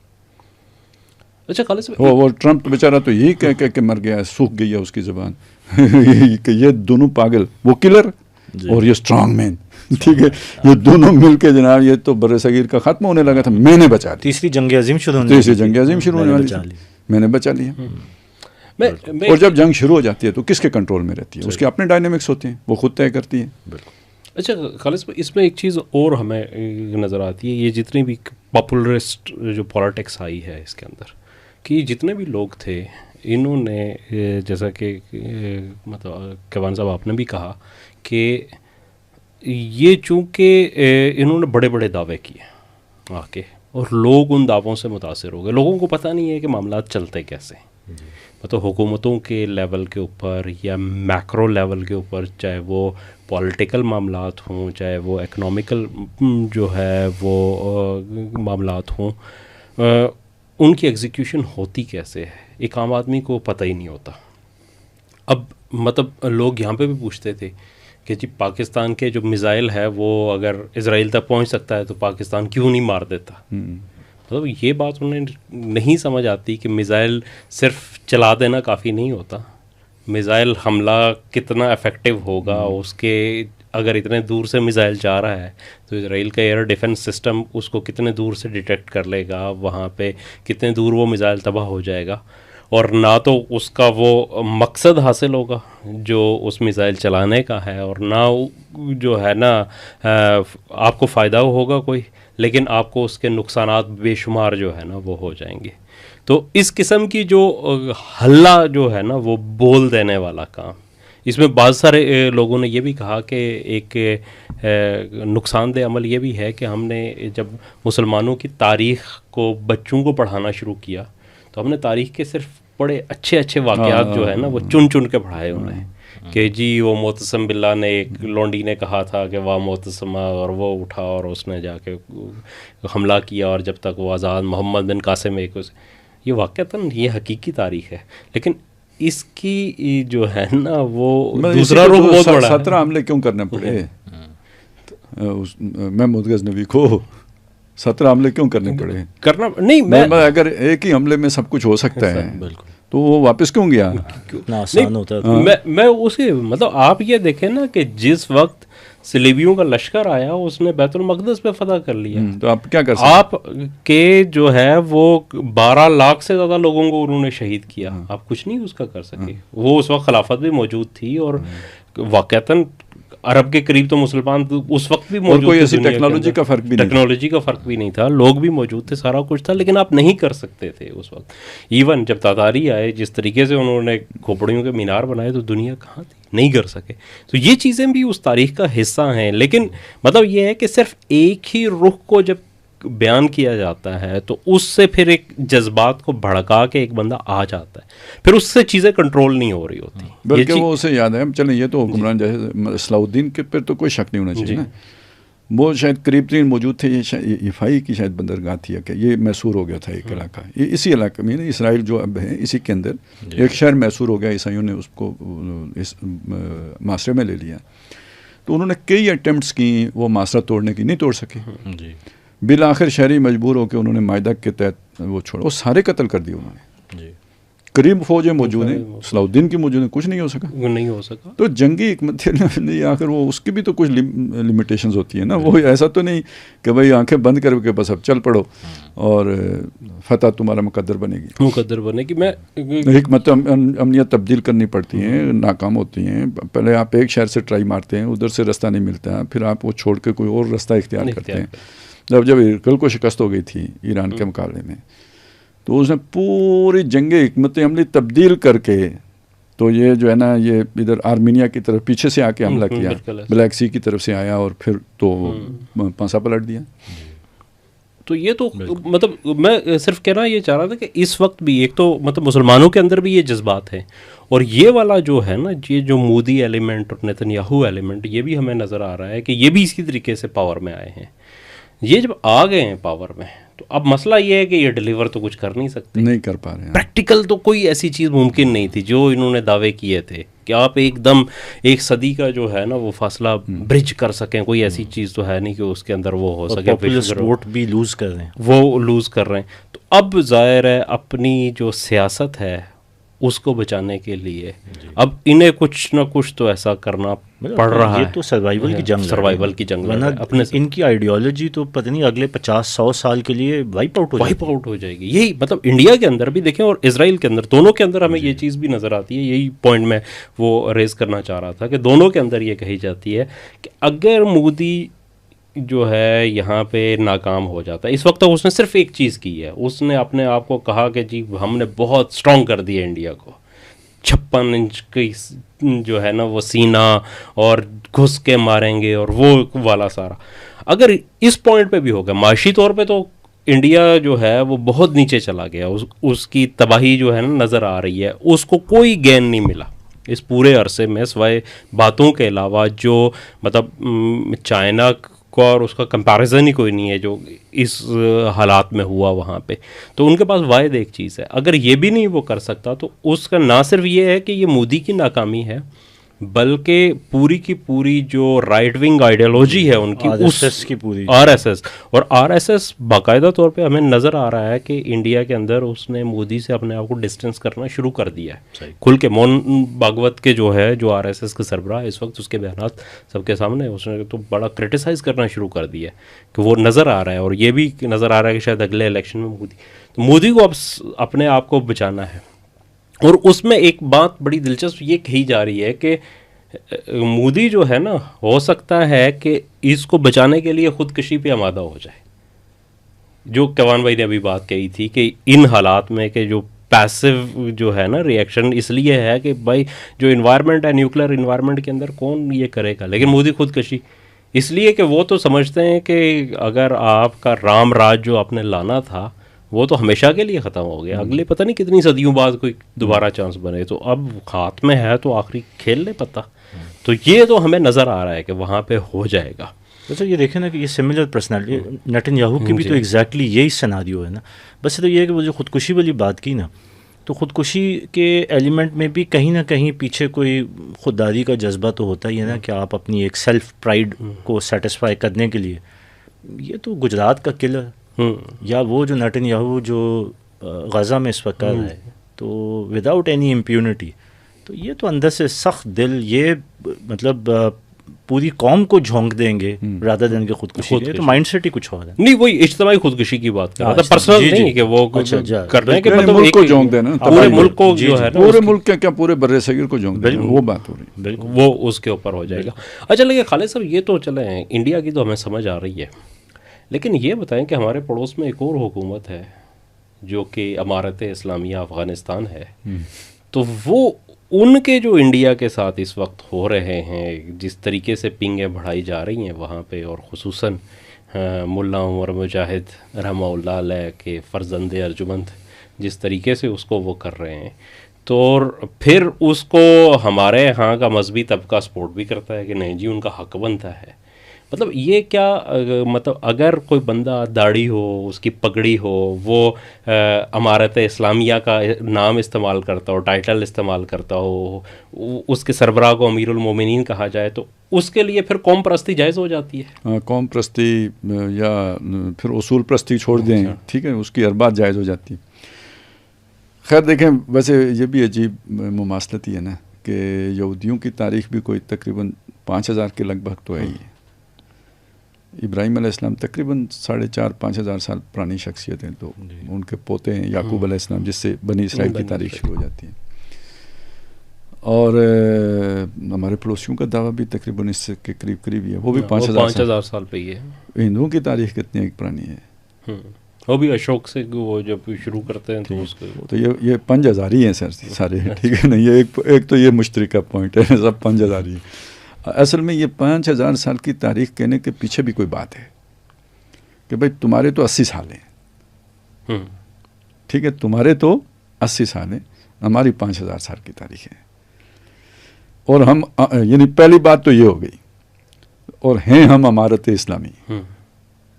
تو یہ تو دونوں باتیں آپس میں تو کرتی ہیں جی کنٹریکٹ، جو وہ کنٹراڈکٹری ہیں، ٹھیک ہے نا. یہ آپس میں ملتی نہیں ہیں دونوں باتیں، کیونکہ اگر اسلام کی بات ہے تو پھر یہ کون سی تاریخ آپ بیان کر رہے ہیں، یہ اس کی تو نہیں ہے نا، آپ کوئی اور تاریخ بیان کر. پھر یہ تضاد بھی ملحوظ خاطر رہے کہ ہم امارت اسلامی، سرحد ہے ہماری اٹک تک. دیکھیں یہ بھی دونوں باتیں آپس میں ملتی نہیں ہیں، کیونکہ پہلی بات تو یہ کہ آپ ہمارے اسلامی کی تو کوئی سرحد ہوتی نہیں ہے، ٹھیک ہے نا. اور پھر یہ جو آپ سرحد فرض کریں جو ہوتی بھی ہے فرضی صحیح، تو وہ یہ کیسے یعنی اٹک تک کیسے ہو گئی؟ جو اس کے پیچھے تو قومیت کھڑی ہے، یعنی جہاں تک پشتو بولی جاتی ہے وہاں تک ہماری سرحد ہے. یہ اسلام تو نہیں کھڑا رہا نا، پھر تو زبان کھڑی ہو گئی. تو اس طرح کی تو بہت ساری چیزیں ہیں.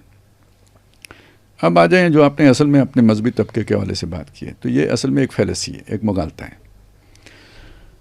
وہ یہ ہے کہ پہلی بات یہ کہ ایک نسل پرست، قوم پرست آئیڈیالوجی کو یہ سمجھنا یا سوچ کو یہ سمجھنا کہ یہ اسلامی سوچ ہے، یہ ایک مغالطہ ہے. وہ مغالطہ اس روایت سے پیدا ہوتا ہے جو اس قوم کی روایت ہے. نماز ان کی قومی روایت ہے، اگرچہ کہ اسلام کا رکن ہے، ان کی قومی روایت ہے، داڑھی ان کی قومی روایت ہے، اگرچہ کہ سنت رسول صلی اللہ علیہ وسلم ان کی ایک قومی روایت ہے.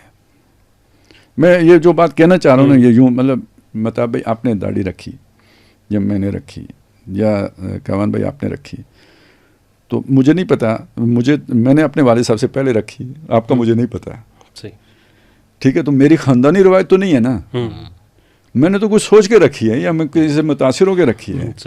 آپ ہزارہ، کشمیر، پنجاب، سندھ، کراچی، یہ ہندوستان، یہاں اگر کوئی بندہ نماز پڑھنے کی طرف آئے گا، داڑھی رکھنے کی طرف آئے گا، اسلامی لباس کی طرف آئے گا، تو اس کی سوچ میں پہلے تبدیلی آئے گی، بعد میں آئے گا، وہ روایت نہیں ہے. ٹھیک ہے، افغانستان میں آپ یہ کام نہیں کریں گے تو بے غیرت ہے، ٹھیک ہے نا، داڑھی کاٹنا بے غیرتی، نماز نہ پڑھنا بے غیرتی، روزہ نہ رکھنا مہا بے غیرتی، بزدل کا بچہ روزہ بھی نہیں رکھتا، ٹھیک ہے نا. یہاں ایسا مسئلہ نہیں ہے، یہاں جو رکھتا ہے وہ ایک سوچ سمجھ کے، یہ فرق ہے. لہذا مجھے ان روایات کی وجہ سے ان کی قوم پرستی کے اوپر کوئی شک نہیں ہوتا. لیکن یہ جو ہمارا یہ والا اس طرف میں نے جو لوگ ہم آباد ہیں، کشمیر سے لے کے تو کراچی تک یہ جو سارا بیلٹ ہے، یہاں ہم نمازی آدمی کو عزت دیتے ہیں، یا ہم داڑھی والے آدمی کو صوفی صاحب کہتے ہیں. عام ہمارا تو یہی نا، اب تو چھوڑیں جو کچھ ہو گیا، لیکن عام طور پہ تو یہی تھا نا. ہم وہ والی عزت انہیں دے رہے ہیں کہ بھئی یہ داڑھی والا بندہ ہے، یہ اسلامی امارت والا بندہ ہے، یہ جو ہے نا وہ روزے والا بندہ ہے. حقیقت میں وہ اس کی روایت ہے، اس کا ایک قومی شعار ہے، تو وہ اس پر عمل درآمد کر. باقی جو اس کے باقی کام ہیں، وہ جو اسپیئر پارٹس جو ادھر سے جاتے ہیں، یا جو اسمگلنگ ہے، یا جو کچھ بھی ہے، وہ تو اپنی جگہ پہ قائم دائم ہے. تو پہلے تو اس اسلام کا فرق کر لینا، میں یہ اصل میں یہ چاہتا تھا کہ یہ سامنے ہونا چاہیے، اس مغالطے سے نکلیں، اس اسلام اور اس اسلام میں یہ فرق ہے، تو یہ مغالطہ نہیں ہونا چاہیے. دوسری بات یہ ہے کہ دیکھیں، جہاد ایک طرف تو وہ بہت، یعنی اسلامی جو فلسفی ہے، اس میں جہاد سے بڑی نیکی کوئی نہیں ہے. یعنی سمم بونم اگر کوئی تصور ہوتا ہے نا خیر اعلیٰ کا، تو وہ اللہ کی راہ میں جان دینا ہے، اس سے بڑی نیکی کوئی نہیں ہے. لیکن یہ ہماری جو 1500 سال کی اب تاریخ کا ہے نا، اس میں نبی اکرم صلی اللہ علیہ وسلم کے دور کے بعد استثناءات ہوں گے کچھ، لیکن اکثر و بیشتر جہاد تو وسع ملک گیری کے تحت ہوئے ہیں. یہ فیکٹ ہے نا، جو دنیا تو اسی کو اسلام سمجھ رہی ہے. تو جہاد کو لوگ انڈسٹری بھی کہتے ہیں نا، جہاد انڈسٹری. اور یہ ہم نے مطابق آپ نے بھی دیکھا، ہم نے بھی دیکھا، کیوں لوگوں کے دن بدلے ہیں کہ نہیں بدلے. بالکل. کتنے لوگ ہیں جو مطلب وہ پاتال سے اوجے سوریا کو پہنچ گئے، صرف جرنیلوں ہی کے نہیں بدلے، ہاں سب کے بدلے، ٹھیک ہے. تو اب وہ پھر اگر آپ کا کاروباری جہاد بن جائے تو وہ اس کے ساتھ وہ والی تقدس تو نہیں رہتا جو اسلام نے دیا ہے. تو وہ چیز بھی ہے، یہی ہمارا پیشہ ہے. اچھا، یہ آر پار دونوں طرف ہے نا، ادھر بھی پیشہ ور فوج ہے تو ان کا بھی پیشہ ہی ہے، مطلب یہ اس میں تو کوئی فرق نہیں رہے گا. تو یہ ذرا مطلب ایک اعتبار سے برابر ہو جاتے ہیں. اچھا جی، اب آ جائیں ورلڈ لیول پہ جو کھیل ہو رہا ہے. یہ اسلحہ یہاں پہ کون چھوڑ کے گیا تھا؟ بالکل ٹھیک ہے. امریکہ یہاں پہ کیوں آیا تھا؟ نشانہ کون تھا؟ جاتے وقت یہ اسلحہ چھوڑ کے جانے کا مقصد کیا تھا؟ طالبان ویسے تو وہ فتح کا دعویٰ کرتے ہیں، وہ فتح کی تھی انہوں نے یا مذاکرات کے نتیجے میں کچھ طے ہونے کے بعد گیا تھا؟ 5 سال دوحہ میں مذاکرات ہوتے. ٹھیک ہے. اس میں امریکہ نے کوئی پیسے بھی ہر مہینے ان کو دینا طے کیا تھا یا نہیں طے کیا تھا؟ کیوں دے رہا ہے؟ ابھی بھی دے رہا ہے، تو کیوں دے رہا ہے؟ تو یہ ساری چیزیں جمع کریں نا تو چیز سمجھنا مشکل نہیں ہے. یہ وہی ایجنڈا ہے، کون سا؟ پاکستان کو انڈو کرنے کا. یہ وہی ایجنڈا ہے جس پہ ہم نے بات کی تھی، ڈی نیوکلرائز کرنے کا. جی. تو اب اس میں تو یہ پھر فطری اتحادی بن گئے نا. ہمیں ایک امید ضرور پیدا ہوئی تھی یار کہ ٹھیک ہے یہ ان کا گیم ہے، اس گیم میں آپ آ گئے سامنے تو آپ کی اب بصیرت کام کرے گی, بالکل, اور بصیرت کام کرے گی تو آپ ان کے ہاتھوں میں نہیں کھیلیں گے. اور یہ ایک امید ہم نے ضرور رکھی, وہ ابھی بھی ختم پوری طرح نہیں ہوئی ہے. نہیں سر, مجھے اچھی طرح یاد ہے کہ آپ نے جس وقت فال آف کابل ہوا ہے تو اس وقت یہ بات کہی تھی کہ اللہ کرے کہ ان کے اندر اتنی وزڈم پریویل کرے کہ یہ اس ٹریپ میں نہ آئیں, بلکہ بڑا دل رکھیں, وسعت قلب رکھیں, اور یہ جو پاکستان کے گناہ شناہ تھے ان کو حکمت عملی کے تحت, پاکستان کے نہیں, پاکستان کی اسٹیبلشمنٹ, اور اور اسٹیبلشمنٹ بھی وہ پرویز مشرف والی اسٹیبلشمنٹ ہے, جو انہوں نے کیا تھا وہ تھا. بالکل.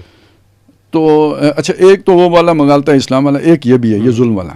اس میں کوئی شک نہیں کہ امریکیوں نے ظلم کیا افغانوں کے ساتھ, اس میں کوئی شک نہیں. تو اس ظلم میں ہماری اسٹیبلشمنٹ, ہمارے حکمران اس کے پارٹنر تھے. اس کے ری ایکشن میں جو انہوں نے کیا اس کی وہ ایک جسٹیفیکیشن بنتی ہے. صحیح, ٹھیک ہے, وہ بنتی ہے. لیکن اب ہمیں اس فیلیسی سے نکل آنا چاہیے بھائی. وہ اس کا یہ مطلب ہے کہ آپ عمر بھر کی دشمنی پال لیں. اچھا نہیں, میں اس ایک پوائنٹ خالد صاحب یہاں پہ وہ کرنا چاہ رہا ہوں کہ دیکھیں پاکستان نے مطلب لاجسٹک سپورٹ دی, انہیں انٹیلیجنس شیئرنگ کی, سارا کچھ کیا, اس میں تو کوئی نہیں ہے. ایک تو یہ کہ پاکستانی قوم نے اجتماعی طور پہ کبھی اس چیز کو آن کرنا تو دور کی بات ہے, ایکسیپٹ بھی نہیں کیا. بالکل, یہ تو کلیئر سی بات ہے اس میں. لیکن افغانیوں کے اندر جو ہے, جو بڑی تعداد تھی, وہ کتنی تھی, وہ 40% تھی, وہ 30% تھی, وہ 45% تھی, انہوں نے امریکنز کو ایکسیپٹ کیا تھا, امریکنز کے ساتھ مل کے کیا. 20 سال وہ ان کے ساتھ رہے. طالبان آئے تو انہوں نے کہا کہ یہ ہمارے بھائی ہیں, ہم نے ساری پچھلی باتیں ختم کر دی ہیں. وہاں پہ کسی کو انہوں نے کہا کسی سے ہم نے بدلہ نہیں لینا, کسی کو ہم نے وہ نہیں سب کو معاف کر دیا, وہاں سب چیزیں پچھلی ختم ہو گئی ہیں. لیکن پاکستان کے لیے وہ چیز نہیں ہے. ٹھیک ہے نا, یہ فرق ذہن میں رکھیں. یہ اسلام نے دیا یا قوم نے دیا, یہ فیصلہ کرنا بھی باقی ہے. ایک چیز یہ ہوگی. اچھا, اسی میں آپ یہ بھی دیکھیں کہ پرویز مشرف کو امریکہ نے کیوں نکالا. ہم نے کبھی پرویز مشرف کی سپورٹ نہیں کی, کبھی اس کی ہمدردی میں 2 بول نہیں بولے. لیکن جب یہ والا تقابل آئے گا تو جو بات ہے نا وہ ماننی پڑے گی کہ اس نے ڈبل گیم کی ہے. یہی بات تھی نا. تو ڈبل گیم کیا تھی؟ ڈبل گیم کیا تھی؟ ان کو سپورٹ کرنا ہی ڈبل گیم تھی نا. اگر وہ یہ ڈبل گیم نہ کرتا تو یہ آج ہمیں آنکھیں دکھانے کے قابل ہوتے. یہ اس کی ڈبل گیم کا نتیجہ ہے. سر, جب ٹرمپ آگے چلیں سر, پہلی ٹرم تھی تو ان کی اپنی سینٹ کے اندر یہ بات انہوں نے ڈکلیئرڈ بتائی تھی کہ یہ پاکستان کی وجہ سے ہمیں یہاں امریکہ میں شکست ہو رہی ہے, تو ہمیں we should put Pakistan to task. بالکل, شکست ان کی وجہ سے ہوئی ہے, اور یہ کہ ہم نے یہ بدلہ لینا ہے ان سے. جی بالکل, ٹھیک ہے, یہ ذہن میں رکھیں. اب آ جائیں آج کے حالات میں. آ جائیں سر جی, آج مجھے یہ بتائیں کہ یہ جو افغانستان متحد ہے, اگر طالبان پاکستان کے ساتھ یہی کام کرتے ہیں جو وہ کر رہے ہیں, تو کیا امریکہ کے پلان میں افغانستان کو 3 حصوں میں تقسیم کرنا نہیں تھا؟ جی بالکل ایسے ہی. ٹھیک ہے, کیا علاقائی طور پر بھی یہ بات ایسی ہی نہیں ہے کہ یہ ہونا چاہیے؟ یہ متحد افغانستان کس نے رکھا ہے؟ آج بھی ان کو اگر کوئی سمجھا رہا ہے, ان کی اس رجیم کو بچا رہا ہے, تو کون ہے؟ ان کو خود ہی سمجھ نہیں آ رہی, وہ ایک ٹریپ میں پھنس رہے ہیں. اس سے تو افغانستان وہ توڑیں گے نہیں. جس دن پاکستان نے سمجھا کہ ٹھیک ہے بھائی اس کے علاوہ کوئی حل نہیں ہے, یہ اب ہمارے ہی سر آ گئے ہیں, تو بس ٹھیک ہے, اس نے تھوڑا سا وہ سپورٹ کرنا ہے اور یہ اندر سے ٹوٹ پھوٹ شروع ہو جائے گی اور وہ 3 حصوں میں تقسیم ہو جائے گی. یہ امریکی ڈیزائن ہے. بالکل. اب آخری بات کی طرف آئیں. وہ جو میں نے کہا کہ امید اب بھی ہے, تو یہ اصل میں بات وہی ہے, ہمیں بھی تھوڑا ریئلسٹک رہنا چاہیے کہ یہ افغان قوم کے نمائندے نہیں ہیں. جیسے پرویز مشرف پاکستانی قوم کا نمائندہ نہیں تھا, اسی طرح یہ طالبان رجیم جو ہے, اور خاص طور پہ قندھاری رجیم جو ہے, یہ افغان عوام کی نمائندہ نہیں ہے. افغان عوام میں اب بھی بہت سارے لوگ وہ ہیں, ہو سکتا ہے اکثریت میں ہوں, کہ جو پاکستان کے احسانات کی قدر کرتے ہیں, اور اس ساری صورتحال سے وہ خوش نہیں ہیں.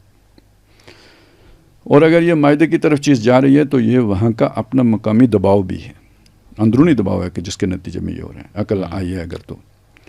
اور اس میں یہ چیز جو ہے نا ہمارے لیے, یہ ہمیں سامنے رکھنی چاہیے. کبھی اس طرح پوری قوم کو بلیم کرنا, جو بعض لوگوں کے اندر رد عمل میں ہو گیا, یہ تو پھر انہی والا کھیل کھیلنا ہو گیا نا, جیسے وہ سب کو کرتے ہیں, بلکہ ان کے گراؤنڈ میں جا کے, ہاں ان کے گراؤنڈ میں چلے جانے والی بات ہے, وہ نہیں کرنا چاہیے.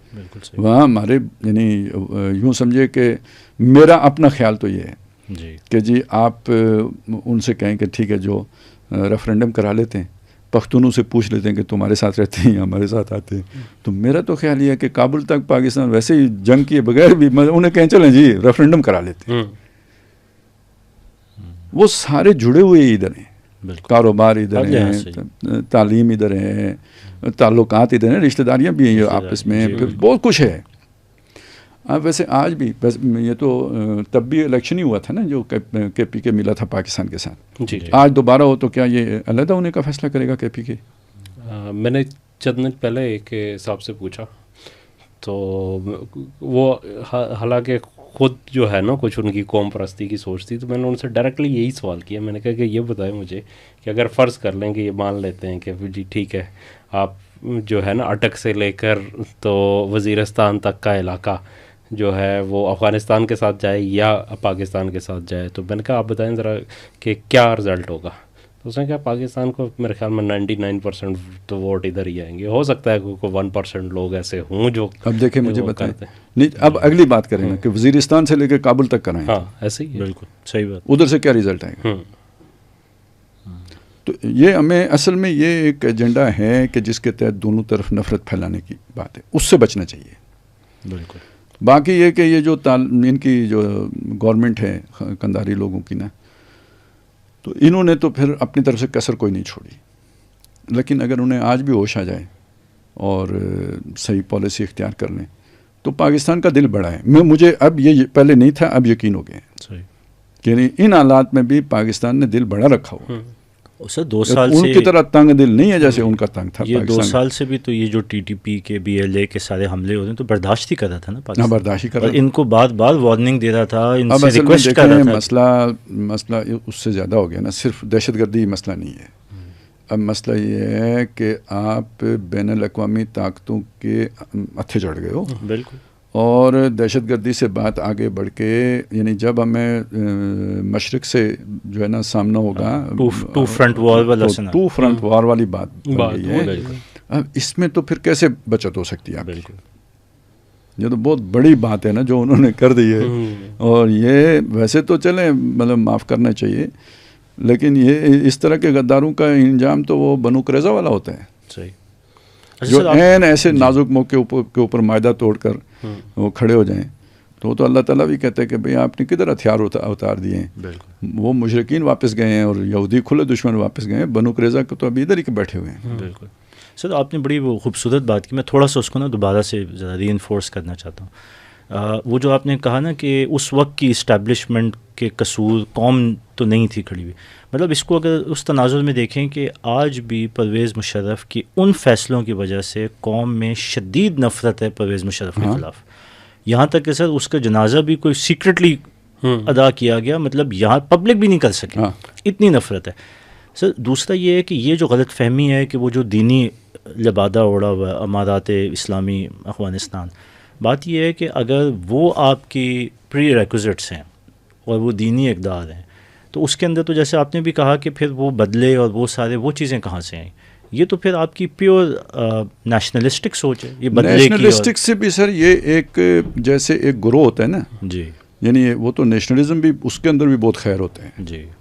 یہ جو ایک ہوتا ہے نا مافیا, یہ اس طرح کی اپروچ ہے. بالکل. یہ کوئی نیشنلسٹ اپروچ بھی نہیں ہے. اور سر پھر مافیا جا کے گٹھ جوڑ کر رہا ہے ایک ہندو کے ساتھ. ہاں جی. نہیں ہندو نہیں, اس بدلے کو ہندو نہیں سر, نہیں یہ بھی میرے خیال میں ہمیں اس کے اوپر کلیئر ہونا چاہیے. اور لوگوں کو ہندو سے کرے تو کوئی مسئلہ نہیں ہے, ایک خالصتاً وہ ہندوتوائی جو گروہ کے ساتھ جس کا ایجنڈا یہ ہے کہ بر صغیر کے اندر کسی مسلمان کا وجود برقرار نہیں رہنا چاہیے, یعنی کہ ہندو زائنسٹ ان کے ساتھ جا کے بیٹھ کے اس اچھا وہ جو چیز ہے نا یہ والی جو میں آپ کو بتا رہا تھا نا کہ ایک دیکھیں آپ اسلامی سوچ تو کھڑی ہوگی نا اللہ کے تقویٰ پر. بالکل. تو جو آپ نے معاہدہ کیا اس کے بارے میں آپ نے کیا کرنا ہے؟ اگر آپ اسلامسٹ ہیں, کافروں کے ساتھ بھی معاہدہ کیا ہے تو آپ اعلانیہ توڑے بغیر ان کے خلاف کوئی قدم نہیں اٹھا سکتے. بالکل صحیح. اور توڑیں بھی کہ تب ان کی طرف سے کوئی زیادتی ہوگی تو آپ نے پھر بھی خفیہ کارروائی نہیں کرنی ہے, اعلان کرنا ہے کہ آپ نے یہ زیادتی کی ہے اور اس کے نتیجے میں ہم نے یہ معاہدہ ختم کر دیا سوا, تاکہ دونوں برابر ہو جاؤ, غلط فہمی میں کوئی نہ رہے. فم بز الیہم علی سوا, ان کا معاہدہ ان پر لوٹا دو تاکہ برابر ہو جاؤ. یعنی غلط فہمی میں کوئی مارا نہ جائے، نہ تم بھی اپنی تیاری کرو، وہ بھی اپنی تیاری، پھر لڑو، ٹھیک ہے، ہم بھی ضلع، یہ اسلامی سوچ ہے۔ تو انہوں نے امریکہ کے ساتھ کوئی معاہدے کیے ہیں؟ بالکل، ان معاہدوں میں یہ شامل نہیں ہے کہ آپ عبوری حکومتیں آپ نے جا کے الیکشن کرانے ہیں، آج تک ان الیکشنوں کی طرف کیا پیش قدمی کی ہے؟ اور آپ کی سرزمین سے کسی قسم کی دہشت گردی دنیا میں، یہ دوسرا معاہدہ ہے، ٹھیک ہے، تو وہ تو پہلے دن سے انہوں نے شروع کرائی ہوئی ہے یا نہیں کرائی ہوئی پاکستان میں؟ یہ تو کوئی فرق نہیں ہے ان میں اور میں، یہ سب ٹی ٹی پی والوں نے ان کی بیعت کی ہوئی ہے، یہ تو کہہ ہی نہیں سکتے کہ وہ علیحدہ ہیں ہم علیحدہ ہیں، اب تو بالکل نہیں کہہ سکتے۔ آخری بات سر، اسلامی خالص اسلامی سوچ میں کوئی ایک گروہ طاقت کے زور پر، کوئی قبیلہ یا کوئی گروہ طاقت کے بل پر مسلمانوں کے ملک پر یا مسلمانوں کے علاقے پہ قبضہ کر لے، کیا اس کی اجازت ہے؟ نہیں، یہ غاصب ہے نا، بالکل، بالکراہ اس کی حکومت ماننی پڑ جائے، ایک علیحدہ بات ہے، لیکن یہ کوئی طریقہ کار تو نہیں ہے حکومت میں آنے کا۔ یہ حضرت عمر رضی اللہ تعالیٰ عنہ کو کچھ لوگوں نے خبر دی تھی کہ یہ مدینے میں اس طرح کی باتیں ہو رہی ہیں کہ عمر کے فوت ہونے کے بعد ہم فلانے آدمی کے ہاتھ پر بیعت کر لیں گے اور اسے بنا دیں گے۔ تو پھر انہوں نے، یہ حج کے موقع پہ انہیں معلوم ہوا، انہوں نے وہیں پہ چاہا اعلان کرنا، تو کسی نے مشورہ دیا سارے دنیا سے مسلمان آئے ہوئے ہیں، تھر تھڑی مچ جائے گی، آپ یہاں پہ نہ کریں۔ تو جو ہی مدینے واپس آئے، یہ جو اولو الامر کہیں یا جو بھی اصحاب حل و عقد جو تھے وہاں کے، پریزیڈیم جو وہاں کا تھا، ان کو جمع کیا اور ان کے سامنے یہ بات کی کہ مسلمانوں کے مشورے کے بغیر کسی کو اگر امیر بنایا جائے گا تو اس کی بیعت یا اس سے بیعت کرنا یہ ایک فاسد عمل ہوگا۔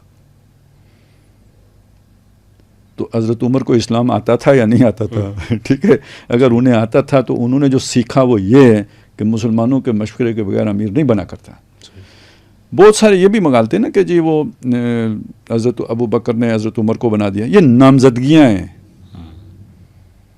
یہ نامزدگیاں ہیں، وہ بنے کب ہیں؟ جب بیعت عام ہوئی ہے، نامینیشن، ٹھیک ہے، یہ نومینیشن ہیں، وہ جو کمیٹی بنائی تھی وہ بھی نومینیشن تھی، ٹھیک ہے۔ اب اس کے بعد یہ جو بیچ میں آ گیا نا نظام، جب وہ جو نومینیٹڈ ہے بادشاہ کا وہی آئندہ کا ولی عہد ہے، اور جو ولی عہد ہے وہی بادشاہ بنے گا، تو اس کو تو کسی نے خلافت نہیں مانا نا، پھر خلافت راشدہ، پھر جا کے حضرت عمر بن عبدالعزیز کو مانا، تو کیوں مانا؟ چاچا نے ان کو نامزد کیا تھا، جب چاچا فوت ہو گیا انہوں نے لوگوں سے کہا کہ میں چاچا کی وصیت کی بنیاد پر تمہارا خلیفہ نہیں بننا چاہتا، تم اگر مجھے بناؤ گے تو میں قبول کروں گا، ورنہ میں نہیں لیتا۔ اب لوگوں نے کہا جی ٹھیک ہے ہم آپ کو مانتے ہیں۔ یہ ہوتا ہے مشورۃ المسلمین کے ساتھ خلافت، کیونکہ یہ خلافت اب امت کی ہے، تو امت جس کو اپنا ریپریزنٹیٹیو بنائے گی وہ ہوگا ٹرو ریپریزنٹیٹر۔ تو یہ تو مسلط شدہ ہیں بندوق کے زور پر، یہ کیسے اپنے آپ کو افغان عوام کا نمائندہ کہہ سکتے ہیں؟ نہیں ہے۔ اور یہ کیسے امارت اسلامیہ کا ٹائٹل استعمال کر سکتے ہیں؟ نہیں ہے۔ وہ پہلے ملت اسلامیہ سے وہ سند حاصل کرو، جب وہ سند مل گئی اس کے بعد آپ کہیں کہ جی ہم ہیں امارت اسلامیہ افغانستان، اب وہ جائز بات ہے، دھوکہ نہیں ہے، اس میں کوئی مغالطہ نہیں ہے۔ لیکن ملت افغانیہ سے وہ والی جو ہے نا سند حاصل کیے بغیر آپ اپنے بل پر تبھی کہہ سکتے ہو کہ آپ نبوت کا دعویٰ کرو کہ اللہ نے مجھے بنایا ہے، تو وہ کر کے تو پھر چلے دیکھتے ہیں، ہمارے ہاں تو کچھ لوگوں نے کیا تھا، تو ہمارے آئین میں تو وہ کافر ہوتا ہے۔ یہ چیزیں لوگوں کو معلوم ہی نہیں، تو خواہ مخواہ ملت اسلامیہ کی عمارت ان کے گلے میں لٹک گئی ہے، بندوق کے زور پہ تو ملت اسلامیہ نہیں بنتی۔ اچھا، ویسے یہ بھی دلچسپ چیز ہے خالد صاحب کہ ملت چلے امارت اسلامیہ بھی قائم ہو گئی، امیر المومنین بھی بن گئے، لیکن بارڈر وہی والی ہے، وہ جو ظاہر شاہ کے دور میں جو ہے نا، اس بارڈر سے باہر امیر المومنین نہ بیعت لیں گے، نہ ان کی ویسے ڈیورنڈ لائن کو نہیں مانیں گے، وہ اس کو ہوگا۔ اچھا، یہ بھی مزے کی بات ہے، دیکھیں ڈیورنڈ لائن انگریزوں نے بنائی، تو وہ جو باقی ادھر ازبکستان کے ساتھ اور اس کے ساتھ ہے، وہ کس نے بنائی ہے؟ وہ مطلب آپ کے ایلڈرز نے بنائی تھی یا وہ بھی انگریزوں نے بنائی تھی؟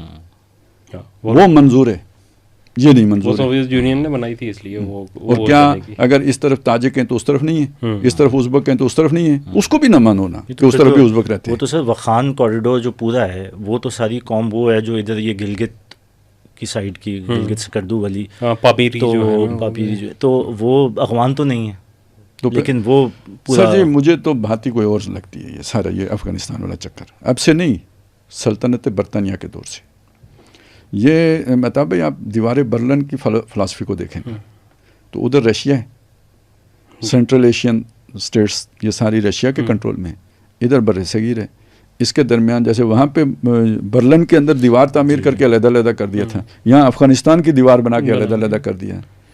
اور اس کے بعد یہ بین الاقوامی استعمار کے مفاد میں نہیں تھا کہ بر صغیر کے ساتھ سینٹرل ایشین ریاستوں کا رابطہ ہو. بالکل آپ نقشہ دیکھیں آپ حیران ہو جائیں گے، یہ جو واخان کی پٹی ہے یار یہ افغانستان کو دینے کی کیا تک ہے. نہیں یہ تو خالد صاحب یہ تو دیکھیں جو انگریزوں کی پوری فلاسفی ہے گریٹ گیم کے اندر جو انہوں نے کیا تھا کہ ایک بفر زون انہوں نے کریٹ کر کے رکھنا تھا زار اور اس کے درمیان میں، تو وہ تو بتاؤ افغانستان کے ساتھ ایون وہ کیا نام تھا وہ جو شہزادہ جو یہاں سے واپس جا کے اس نے کیا تھا نادر، میرے خیال میں میرے ذہن میں اس وقت نام نہیں آ رہا، لیکن وہ جو معاہدہ پنڈی ہوا تھا اس کے اندر باقاعدہ طور پہ یہ تھا کہ اس کو، اور اس سے پہلے تو اچھا یہ جو جب یہ بنا تھا تو اس سے پہلے تو اس کی خارجہ پالیسی بھی انگریزوں کے پاس ہی تھی. اس کے بعد جو ہے 1920 کے بعد جو ہے وہ افغانستان اپنی جو ہے 1893 میں تو خارجہ پالیسی انگریزوں کے پاس تھی، وہ 1920 کا جو معاہدہ راولپنڈی تھا اس میں واپس ہوا تھا. تو یہ تو اس وقت باقاعدہ طور پہ انہوں نے اس کو انیشیٹ کیا تھا کہ یہ درمیان میں رہیں گے، یہ اس سے، اور وہاں سے جو ہے نا وہ براہ راست جو ہے نا وہ نہ ہو تصادم کی نوبت نہ آئے دو امپائرز کے درمیان. تصادم کی بات تھی نا. اب ایک اور بات میں بات کو بتاؤں نا کہ پہلے تو زار اور ان کا مسئلہ تھا برطانیہ کا، پھر مسئلہ بن گیا کمیونزم کا اور کیپٹلزم کا مسئلہ بن گیا، تو وہ باؤنڈری پھر بھی چاہیے تھی. اب اس کے بعد کیا مسئلہ بنا، پاکستان وجود میں آ گیا، یہ وہ لا الہ الا اللہ کی بنیاد پر آیا ہے. تو اگر اس کا رابطہ ہو جاتا ہے سینٹرل ایشین اسٹیٹس کے ساتھ تو یہ بہت خطرناک معاملہ ہے، پورا بلاک بن جاتا ہے، پورا بلاک بن جاتا ہے. اور خاص طور پہ روس کے ٹوٹنے کے بعد جب وہ آزاد ہو گئی نا، اب یہ جوڑ تو بالکل ہی نہیں جڑنا چاہیے، انتہائی خطرناک جوڑ ہے یہ. ٹھیک، اب اگر آپ یعنی یہ مجھے بھی سمجھ آ رہی ہے نا، یہ ابھی وہ نقشہ دیکھا افغانستان کا رولا پڑا تو اس کے بعد یہ میرے اچانک یہ کہ بھئی یہ اتنی سی پٹی یہاں سے لے کے اتنی لمبی انہوں نے، یہ کیا تک ہے. تو وہ ذرا ذہن ادھر گیا. تو اب میں آپ کو یہ بات بتانا چاہ رہا ہوں کہ آپ ذرا یہ سوچیں کہ نواز شریف کی 93 میں حکومت گئی کیوں تھی. اسے پتہ تھا نہیں پتہ تھا، جو بھی ایک تاجرانہ سوچ ہوتی ہے، کنیکشن کنیکٹیوٹی کس سے، سینٹرل ایشین اسٹیٹس کے ساتھ، یہ تو استعمار برداشت ہی نہیں کر سکتا.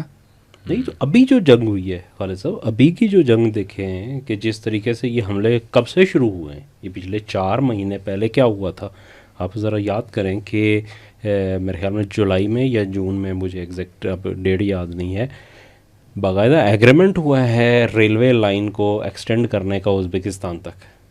اس کے بعد سے حالات خراب ہو گئے. یہ سمجھیں یہ کنیکٹیوٹی نہیں برداشت ہوگی بس سے کہ آپ سینٹرل ایشین اسٹیٹس تک جو ہے نا رسائی حاصل کر لیں، یہ گوارا نہیں ہو سکتا. باقی یہ جو کہانیاں ہیں نا جی، وہ بہت مشکل ٹرین ہے اور یہ ہے اور وہ ہے. سر آج کے دور میں کیا مشکل ہے، وہ کیا کہتے ہیں بناتے ہیں ٹنلز، اس میں پہاڑ کیا تو وہ کیا نہیں. دوسرا خالد صاحب مسئلہ یہ ہے کہ وہ کہتے ہیں کہ جی یہ حقوق جو ہے نا امپائرز کا قبرستان رہا ہے، تو امپائرز کا قبرستان واقعی وہ بات اپنی جگہ درست ہے، لیکن یہ ان کی بات ہے کہ جنہوں نے قبضہ کرنا تھا افغانستان کے اوپر. پاکستان نے کیا کرنا ہے، پاکستان نے تھوڑی قبضہ کرنا ہے. میں تو کہتا ہوں سر ان کی جو حکمت عملی اپنی ہے نا، کیا حکمت عملی ہوتی تھی، وہ جا کے پہاڑوں پہ بیٹھ جاتے تھے، جو آئے ہوئے قابض فوجیں ہیں وہ 1-2 بندے مہینے میں پھڑکا دو، تو انہیں تو ہر وقت اپنی سیکورٹی اس لیول پر برقرار رکھنی ہوگی. آپ نے تو کوئی ایک قدم اٹھانا ہے. میں کہتا ہوں اسی کو لٹا دیں ان پر. اپنے بارڈر کے اوپر کوئی بھی ایک وہ بفر زون بنا لیں، نو مینز لینڈ، وہ کرفیو لگا دیں ڈرون کی مدد سے، دیکھتے ہی گولی مارنے کا حکم. پہلا تو یہ سیکیور کریں نا اس کو. اس کے بعد جناب آپ نے قندھار، کابل، کوئی کی پرسن مہینے میں 1 آدھ جو ہے نا اس کے دفتر پر حملہ کرنا ہے، وہ بھی ڈرون کے ذریعے سے ہو سکتا ہے. تو مجھے بتائیں وہ دفتروں میں بیٹھیں گے کیا اب؟ یہ تو خیر کچھ نہیں کریں، بالکل بندے بھیجنے کی ضرورت ہی نہیں ہے، بس اسی طرح آہستہ آہستہ لگے رہیں، 6 مہینے میں 1 سال کے بعد دوسرا، کب تک وہ کر سکتے ہیں؟ نہیں اللہ کرے کہ مطلب یہ امن آئے وہاں پہ. لیکن یہاں پہ بھی جو مجھے نظر آ رہا ہے، میں آپ کو آخر میں جو ہے نا اپنی بات بتاؤں کہ ان کا بھی وہی مسئلہ ہے جو ہم نے پہلے ڈسکس کیا ہے، جو نیتنیاہو کا مسئلہ ہے، جو مودی کا مسئلہ ہے. یہ بھی بڑے بڑے دعوے لے کے آئے تھے اقتدار میں. ہاں یہ بھی ہے. یہ 4 سال جو گزرے انہوں نے مہدی کا بننا تھا سپاہی اور پتہ نہ کیا بہت کچھ انہوں نے کرنا تھا، لیکن 4 سال میں خالد صاحب یہ حال ہے. خواتین کی تعلیم کے اوپر پابندی تو خود لگا دی ہے انہوں نے وہاں پہ. ابھی ہمارے کچھ دوست ہیں جو کچھ عرصہ پہلے وہاں پہ ایک میڈیکل مشن لے کے گئے تھے، جس میں کچھ پاکستانی ڈاکٹرز بھی تھے اور کچھ باہر کے بھی تھے. انہوں نے یہ بات بتائی کہ وہاں پہ کہتے ہیں کہ آنکھ کا جو ایک نارمل سا آپریشن پاکستان کے اندر 20 سے 22 ہزار روپے کا خرچہ آتا ہے ایک پرائیویٹ ہاسپٹل کے اندر، وہ افغانستان میں کابل شہر کے اندر تقریباً 1.5 لاکھ روپے کا وہ آپریشن ہو رہا ہے، اس لیے کہ ڈاکٹر ہے ہی نہیں وہاں پہ. اکثریت جو ہے نا وہ نکل گئی ہے وہاں پہ، میڈیکل کی سہولیات نہ ہونے کے برابر ہیں، یونیورسٹیز خالی ہو چکی ہیں، وہاں پہ سبجیکٹ اسپیشلسٹ کوئی نہیں ہے وہاں پہ.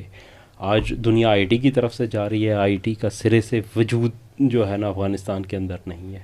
تو معیشت تو خیر اس کا تو حال ہی نہ پوچھیں، وہاں پہ مہنگائی اپنے عروج پہ ہے. مطلب مقامی پھل اور وہ چیزیں سستی ہیں، لیکن اس کے علاوہ جو چیزیں ظاہر باہر سے آتی ہیں تو آپ کے پاس کوئی زر مبادلہ ہے نہیں، تو ان کا جو ہے نا وہ ریٹ بہت زیادہ ہے، غربت کی انتہا ہے. تو ان ساری چیزوں کو بھی کمپنسیٹ کرنے کے لیے آپ کو ایک جنگ چاہیے، ایک جنگ کے نعرے چاہیے، ایک وہ جو ہے نا نیشنل پرائڈ کو اچھال کے تو آپ نے کچھ عرصہ گزارنا ہے، تو آپ اس کے لیے لگے ہوئے ہیں. جو الائنسز بنا رہے ہیں تو اس الائنسز سے پیسہ بھی تو آتا ہے نا. نہیں پیسہ تو آتا ہے، لیکن مطلب اتنا انڈیا کے ساتھ آپ الائنس بنا لیں گے تو انڈیا قوم کی فلاح پہ نہیں خرچ ہو رہا ہے. میں اسی لیے مافیا لفظ استعمال بالکل مافیا صحیح لفظ ہے، جو ان کے لیے مطلب اپنے اس گروہ کے لیے استعمال ہو رہا ہے نا، وہ کوئی قوم کی فلاح پہ تو نہیں استعمال ہو رہا. بالکل قوم کی سوچ بھی نہیں ہے. اصل میں یہی تو مسئلہ ہے کہ بھئی یہ رزق کا بندوبست اللہ کے ذمہ ہے، ہم نے حکومت کرنی ہے، باقی عوام کے رزق کا وہ حضرت عمر رات کو جو گھوما کرتے تھے، میرا خیال ہے خامخواہ گھوما کرتے تھے، وہ بوری اللہ کو پہنچا دینی چاہیے تھی. حضرت عمر کیوں کندھے پہ اٹھا کے لے جاتے تھے کسی بھوکے کے پاس؟ لیکن ان کی سوچ تو یہ میں آپ کو کوئی اندازے کی بات نہیں بتا رہا ہوں. یہ اس وقت قاضی القضاء تھے سر، 98 میں میرا جانا ہوا تھا، یہی عبداللہ صاحب تھے. ان سے یہ بات پوچھی تھی، یہ 2 باتیں پوچھی تھی. ایک یہ تھی کہ بھئی آپ لوگوں کی فلاح و بہبود اور روٹی کپڑا مکان، اس کے لیے کیا اقدامات ریاست کر رہی ہے؟ تو انہوں نے بتایا یہ اللہ کے کام ہے صاف، ٹھیک ہے نا، ہم نے شریعت نافذ کرنی ہے، باقی یہ اللہ کے سپرد ہے. اور دوسری بات وہ جو شیعوں کے بارے میں تھا نا کہ بھئی ان کو اپنے پرسنل لاز میں آزادی ہے یا نہیں، انہوں نے کہا نہیں، یہاں سب کے لیے فقہ حنفی ہے. اس سے وہ میں ایک فرق اصل میں آپ کے سامنے رکھنا چاہ رہا ہوں. مودی کا، نیتنیاہو کا، ان کا کوئی ویژن تو ہے نا، ان کے پیچھے ادارے تو کھڑے ہیں نا، ان کے کوئی تھنک ٹینکس ہیں، ان کی کوئی پلاننگ ہے، ان کو کوئی ایکسپوجر ہے، انہیں دنیا کا پتہ ہے، وہ کوئی اپنی اسٹریٹجی بناتے ہیں. انہیں تو دنیا ہی کا نہیں پتہ. نہیں وہاں پہ بھی یونیفائڈ سول کوڈ جو ہے نا وہ بھی لے کے آئے ہیں یہ مودی لوگ بھی، کہ سارے ایک ہی اس کے اوپر چلیں گے. پرسنل لا جو ہے نا وہاں پہ بھی گنجائش، یہ تو اس میں انہوں نے یہ کر رہے ہیں. لیکن بہرحال ایک ملک ہے، بہت بڑا ملک ہے، اس کے پیچھے ادارے کھڑے ہیں، انہیں یعنی وہ دنیا کے لیول کی حکمت عملیاں بناتے ہیں. ان کا دنیا کا پتہ ہے، انہیں پتہ ہی نہیں ہے. اب وہ جو تماشے لگائے ہوئے ہیں کہ جی ہماری ایئر فورس ہم نے ایکسرسائزیں شروع کرنی ہے، ٹھیک ہے، وہ ہم نے ایک جہاز پرانا ٹھیک کر لیا ہے تو ہماری ایئر فورس ہو گئی ہے، اب ہم نے ایکسرسائز کرنی ہے. کیونکہ انڈیا اور پاکستان ایکسرسائز کر رہے ہیں تو ہم کیوں نہ کریں؟ ہماری تو 5000 سال کی تاریخ ہے. تو وہ تو ایکسرسائز آپ کاغذ کے جہاز بنا کے بھی کر سکتے ہیں.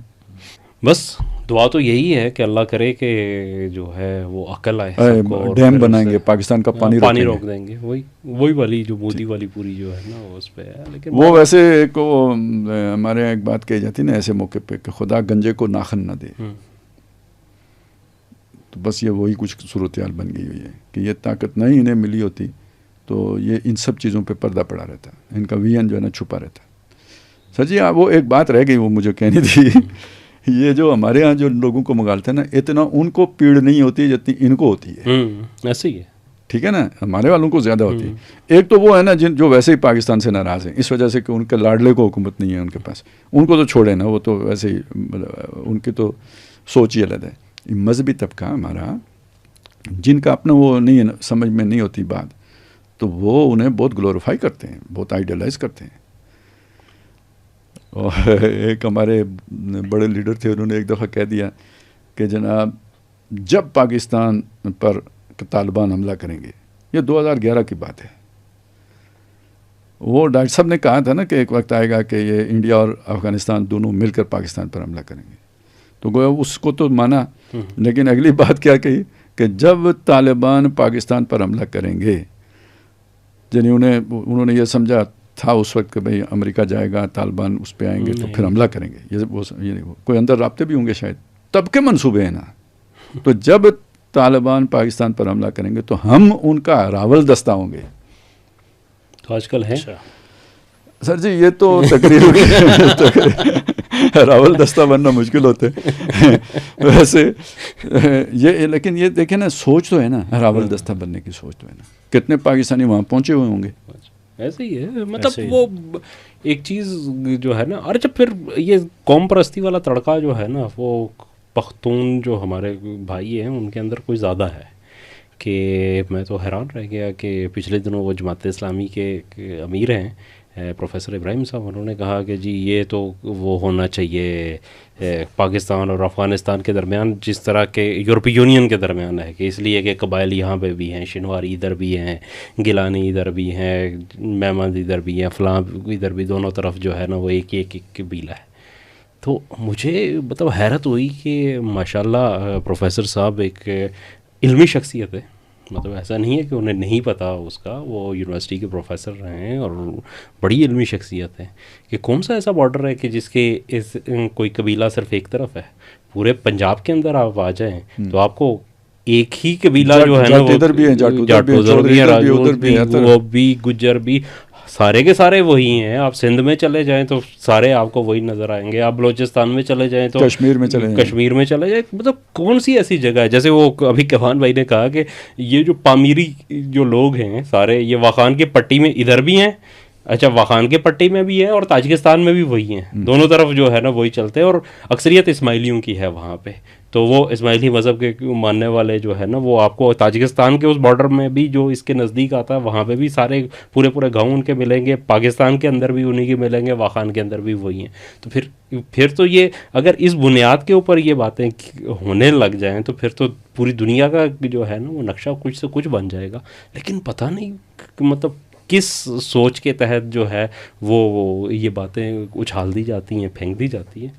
تو بہرحال سر جی یہ تو خیر طویل ڈیبیٹ ہے. اصل میں بس چلیں وہ دیکھیں ایک بات تو ماننی پڑے گی، ہر آدمی کے اندر قوم کا جو محبت کا جذبہ ہوتا ہے، اس کو آپ بالکل یہ کہیں کہ بھئی اتنا کسی کا تذکیہ ہو جائے بالکل ختم ہو جائے نا، یہ ناممکن ہے. وقتی طور پہ ختم بھی ہو جائے، کسی موقع پہ وہ ابل پڑتا ہے. یعنی انسانی معاملات ایسے ہی چلتے ہیں. اصل مسئلہ یہ ہے کہ دائمی پالیسی نہیں بن جانی چاہیے. غلطی ہو گئی بندہ اس کی اصلاح کر سکتے ہیں. ہو سکتا ہے کبھی رد عمل میں ہم بھی افغانیوں کو کچھ کہہ دیں، وہ ایک علیحدہ مسئلہ ہے. لیکن اصولی بات یہ بنتی ہے کہ یہ قوم پرستی، مطلب کسی کی دوسری قوم کو برا کہنا بھی تو قوم پرستی کے ذیل میں آئے گا، اس سے پرہیز کرنی چاہیے. اور یعنی جتنا بھی ہم انہیں برا کہہ لیں، وہ ہمیں برا کہہ لیں، مستقبل دونوں کا ساتھ ہے. بالکل یہ پکی بات ہے. ٹھیک ہے نا، انہوں نے آخر ساتھ آنا ہی ہے. ایک دوسرے کی ذرا سبق سکھانا ایک دوسرے کو.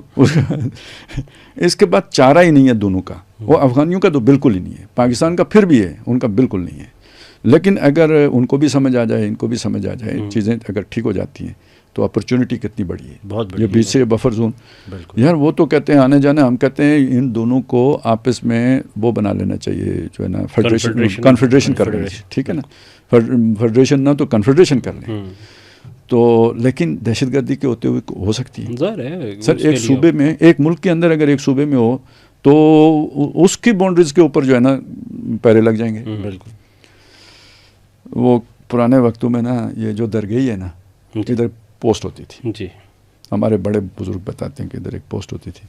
تو جو لوگ اوپر سے آتے تھے نا، انہیں گاڑی سے نیچے اتارا جاتا تھا اور اسپرے کیا جاتا تھا کہ پیچھے ٹھنڈے علاقے ہیں نمی والے، تو ادھر وہ جوئیں، مچھر، وہ کیا ہوتے ہیں، وہ کھٹ مل یہ ہوتے ہیں، تو وہ پسو، تو یہ چیزیں ساتھ آنے کا خطرہ ہوتا تھا، تو پشاور خراب نہ ہو جائیں. تو یہ پنجابی تو نہیں کرتے تھے نا، یہ خود پختونوں کے ساتھ کرتے تھے. تو کیوں کوئی بم بند کے نہیں آ رہا ہوتا، پسو لے کے آ رہا ہوتا تھا تو اسپرے کرنا پڑتا تھا. تو جب کوئی بم بند کے آتا ہو تو پھر پوسٹ تو بنانی پڑے گی نا. پہلے آپ دہشت گردی ختم کریں تو ختم ہو جائے، تو پھر اگر کوئی مطلب محبت پیار سے نہ ہو. ہم نے جس زمانے میں دیکھا ہے طورخم، تو سر کوئی پوچھ گچھ نہیں تھی، ایسے ہی لوگ گزرتے تھے جائیں بس. ہاں انہیں شک پڑ جائے نا، اس وقت بھی اتنا تھا، شک پڑ جائے پنجابی ہے اسے بلا لیتے تھے. اور اس کا طریقہ یہ ہوتا تھا کہ تھوڑی تھوڑی دیر کے بعد جو ہے نا آواز لگاؤ پشتو میں، جو پیچھے مڑ کے دیکھے نا او پنجابی انہوں بلا دو. تو آپ اگر یہ طریقہ سمجھ جائیں تو آتے جاتے نہیں، کسی کو نہیں پتہ لگتا تھا. صرف وہ ایک آپ نے پشاوری چپل پہننی ہے اور چادر لینی ہے، خاص طریقے سے اسے ڈالنا ہے کندھے پہ، اور بس چل سو چل، بولنا نہیں ہے. بولو گے تو پھڑے جاؤ گے، وہ چپ رہو، ضرورت پڑے تو گونگے ہی بن جاؤ، تو کوئی مسئلہ نہیں ہے. ایسا ہی ہوتا ہے، کوئی نہ کاغذات نہ ویزا نہ کچھ نہیں.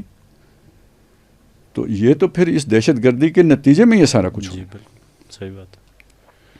تو میرے خیال میں خاصا جو ہے وہ طویل ہو گیا آج کا پروگرام. بہرحال تینوں چیزوں کو ہم نے ڈسکس کیا. سر جی ایک چیز اور رہ گئی ہے، دہشت گردی کے علاوہ بھی رہ گئی، بہت بڑا مسئلہ ہے جی اسمگلنگ. ریاست کی معیشت داؤ پہ لگ گئی تھی، ڈالر اسمگل ہو رہے ہیں ادھر سے، سارا جو ہے نا یہ سارا آپ کا کسٹم کا نظام ہی تباہ و برباد ہو گیا تھا. مطلب وہ ہوا پڑا تھا، اور اس سے بکرے اوپر تک جاتے تھے. مطلب گورنر تو لگتا ہی اسی بنیاد پہ، کے پی کے کا گورنر سب سے بڑا، مطلب وہ تو خیر بلوچستان میں بھی آپ کو پتہ ہے جو سارا یہ. تو اگر آپ اسمگلنگ ختم کرتے ہیں تو اس کے ساتھ بھی تو لوگوں کے مفادات جڑے ہوئے ہیں. تو یہ دہشت گردی کو ایک اضافی وہ بھی مل گیا ہوا ہے نا، کہ یہ جو آپ نے کوشش کی ہے جو ہے نا بارڈر سے یہ ختم کرنے کی، ہماری معیشت تو وہ اس طرح کے سارے لوگ لگی ہوئی تھی. اچھا ایک جو ہے نا وہ آخر میں ہم چھوٹا سا ڈسکس کر لیتے ہیں سوڈان کے حوالے سے.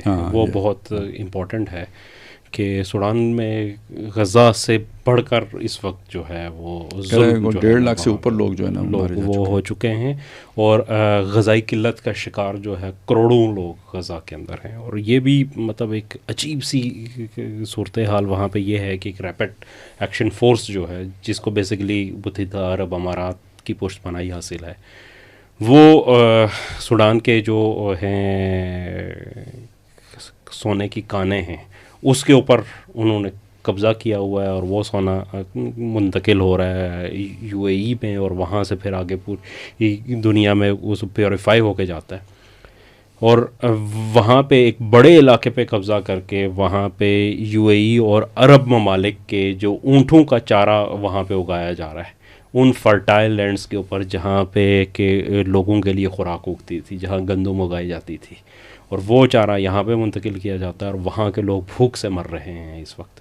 تو یہ ایک بہت بڑا، جسے نیو کلونیلزم بھی کہا جا رہا ہے، اور نیو کلونیل فورسز بھی اس کو کہا گیا ہے. یہ ایک بڑی ایسی چیز ہے کہ جو ہمیں دیکھنے کو ملی ہے سوڈان میں. تو اس وقت اس کا جو ہے نا امپیکٹ نظر آ رہا ہے، لیکن افریقہ کے پورے ساحل کے اوپر یہ پھیلی ہوئی ہے، جبوتی کے اندر، صومالیہ کے اندر، اور دیگر ممالک میں بھی اس کا وہ نظر آ رہا ہے. تو تھوڑا سا ہمیں اس کے اوپر بھی ڈسکس کر لینا چاہیے کہ ایک سیٹل گورنمنٹ سوڈان کے اندر جس طریقے سے اسے کپل کیا گیا، اسے ہٹایا گیا، اور جو ڈر تھے وہ دو تھے، ایک اخوان المسلمین اور دوسرا جمہوریت، کہ نہ اخوان رہنی چاہیے نہ جمہوریت رہنی چاہیے اس کے لیے، لیکن باقی جو ہے نا افراد کا تباہی اور ان کی بربادی جو ہے نا یہ کوئی نہیں ہے. تو اس کے حوالے سے بھی تھوڑا سا ہمیں رہنمائی دیجیے گا. اچھا دیکھیں، یعنی اب یہ سارے واقعات کو آپ دیکھیں تو یہ آپ کو انسانیت کہیں نظر آتی ہے؟ چھوڑیں اسلام کو، ہر شے کو چھوڑیں، انسانیت، ایک انسان ہونے کے ناطے. تو یہ وہ شے تھی جو میں کہہ رہا تھا کہ نو انسانی کے اوپر جو حکمران مسلط ہے نا، یہ انسانیت کے دشمن ہے. یہ اس کی ایک جھلک اور مثال ہے. اور یہ دیکھیں، یہ کوئی یہودی یا وہ نصرانی نہیں ہے، یہ مسلمان ہیں، بالکل ایسے، ٹھیک ہے نا. تو یہ پوری جو لاٹ ہے نا جو رول کر رہی ہے دنیا کے اوپر، خواہ وہ مسلمان ہوں یا غیر مسلم ہوں، یہ کسی خاص کنیکشن میں ہے، اور وہ کنیکشن ظلم کا، فساد کا، اور یہ اس حد تک بڑھ چکا ہوا ہے. تو یہ ایک علامت ہوتی ہے اس بات کی کہ ان کے دن گنے جا چکے ہیں. میں اس سے زیادہ اب کیا کہوں آپ کو. کل ہمیں افسوس ہوگا جب قدرت کا کھیل شروع ہوگا جی اور UAE کو پے بیک کرنا پڑے گا. لازمی بات ہے. یہ وہ جرائم ہوتے ہیں کہ اگر قوم اٹھ کے حکمرانوں کا ہاتھ نہیں پکڑتی تو اس کے بدلے میں جب سزا آتی ہے تو گیہوں کے ساتھ گھن بھی پستا ہے. بالکل. یہ اور کچھ نہیں ہو رہا ہے. عرب اپنے اوپر اللہ کی دفعہ لاگو کر رہے ہیں. فحق علیہ القول فدمرناها تدمیرا. تو یہ تو وہاں کے علماء کو، وہاں کے مقامی لوگوں کو، اب ہم تو اس پوزیشن میں نہیں ہیں کہ یہاں سے جناب UAE کو پریشرائز کر سکیں. ان کے اپنے لوگ کریں. وہاں کے جو ہے نا انسان دوست لوگوں کو، اپنے حکمرانوں کو سمجھانا چاہیے، کھڑے ہونا چاہیے، علماء کو کھڑے ہونا چاہیے. تو مطلب آپ یعنی اس چیز کو دیکھیں، اس سے کوئی فرق نہیں پڑتا کہ کوئی مسلمان حکمران ہے یا یہودی حکمران ہے یا ہندو حکمران ہے یا عیسائی حکمران ہے، سب کا رویہ ایک جیسا ہے. بلکہ جہاں کہیں جمہوریت ہے نا وہاں پھر ایک رائے عامہ کا خوف ہوتا ہے، اور جہاں پہ نہیں ہے تو وہاں تو اس کا بھی خوف نہیں ہوتا. بالکل. تو یہ اس میں بھی یہ جرم کی جو ہے نا وہ جو جسے کہتے ہیں نا کھرا، وہ عرب کی طرف آتا محسوس کریں گے. بالکل ایسے ہی ہے. تو خالد صاحب میرے خیال میں خاصا طویل ہو گیا آج کا پروگرام، چونکہ خاصے عرصے بعد ہم نے کیا تھا تو چیزیں بہرحال تفصیل ٹرین لیٹ تھی تو سارا لیٹ بھی نکل گیا. تو ناظرین اس کے ساتھ اجازت دیجیے گا. ہمیں آپ کے فیڈ بیک کا انتظار رہے گا کہ آپ اگلے پروگرام کے لیے خصوصاً آپ کے کمنٹ سے ہمیں رہنمائی ملتی ہے کہ آپ احباب کس حوالے سے جو ہے گفتگو سننا چاہتے ہیں، کس حوالے سے اس پروگرام کو ہمیں آگے لے کے جانا چاہیے، تو اس میں ہمیں آسانی ہوتی ہے. تو اس لیے ہمیں آپ کا فیڈ بیک کا انتظار رہے گا. اب تک کے لیے اجازت دیجیے گا. اللہ حافظ.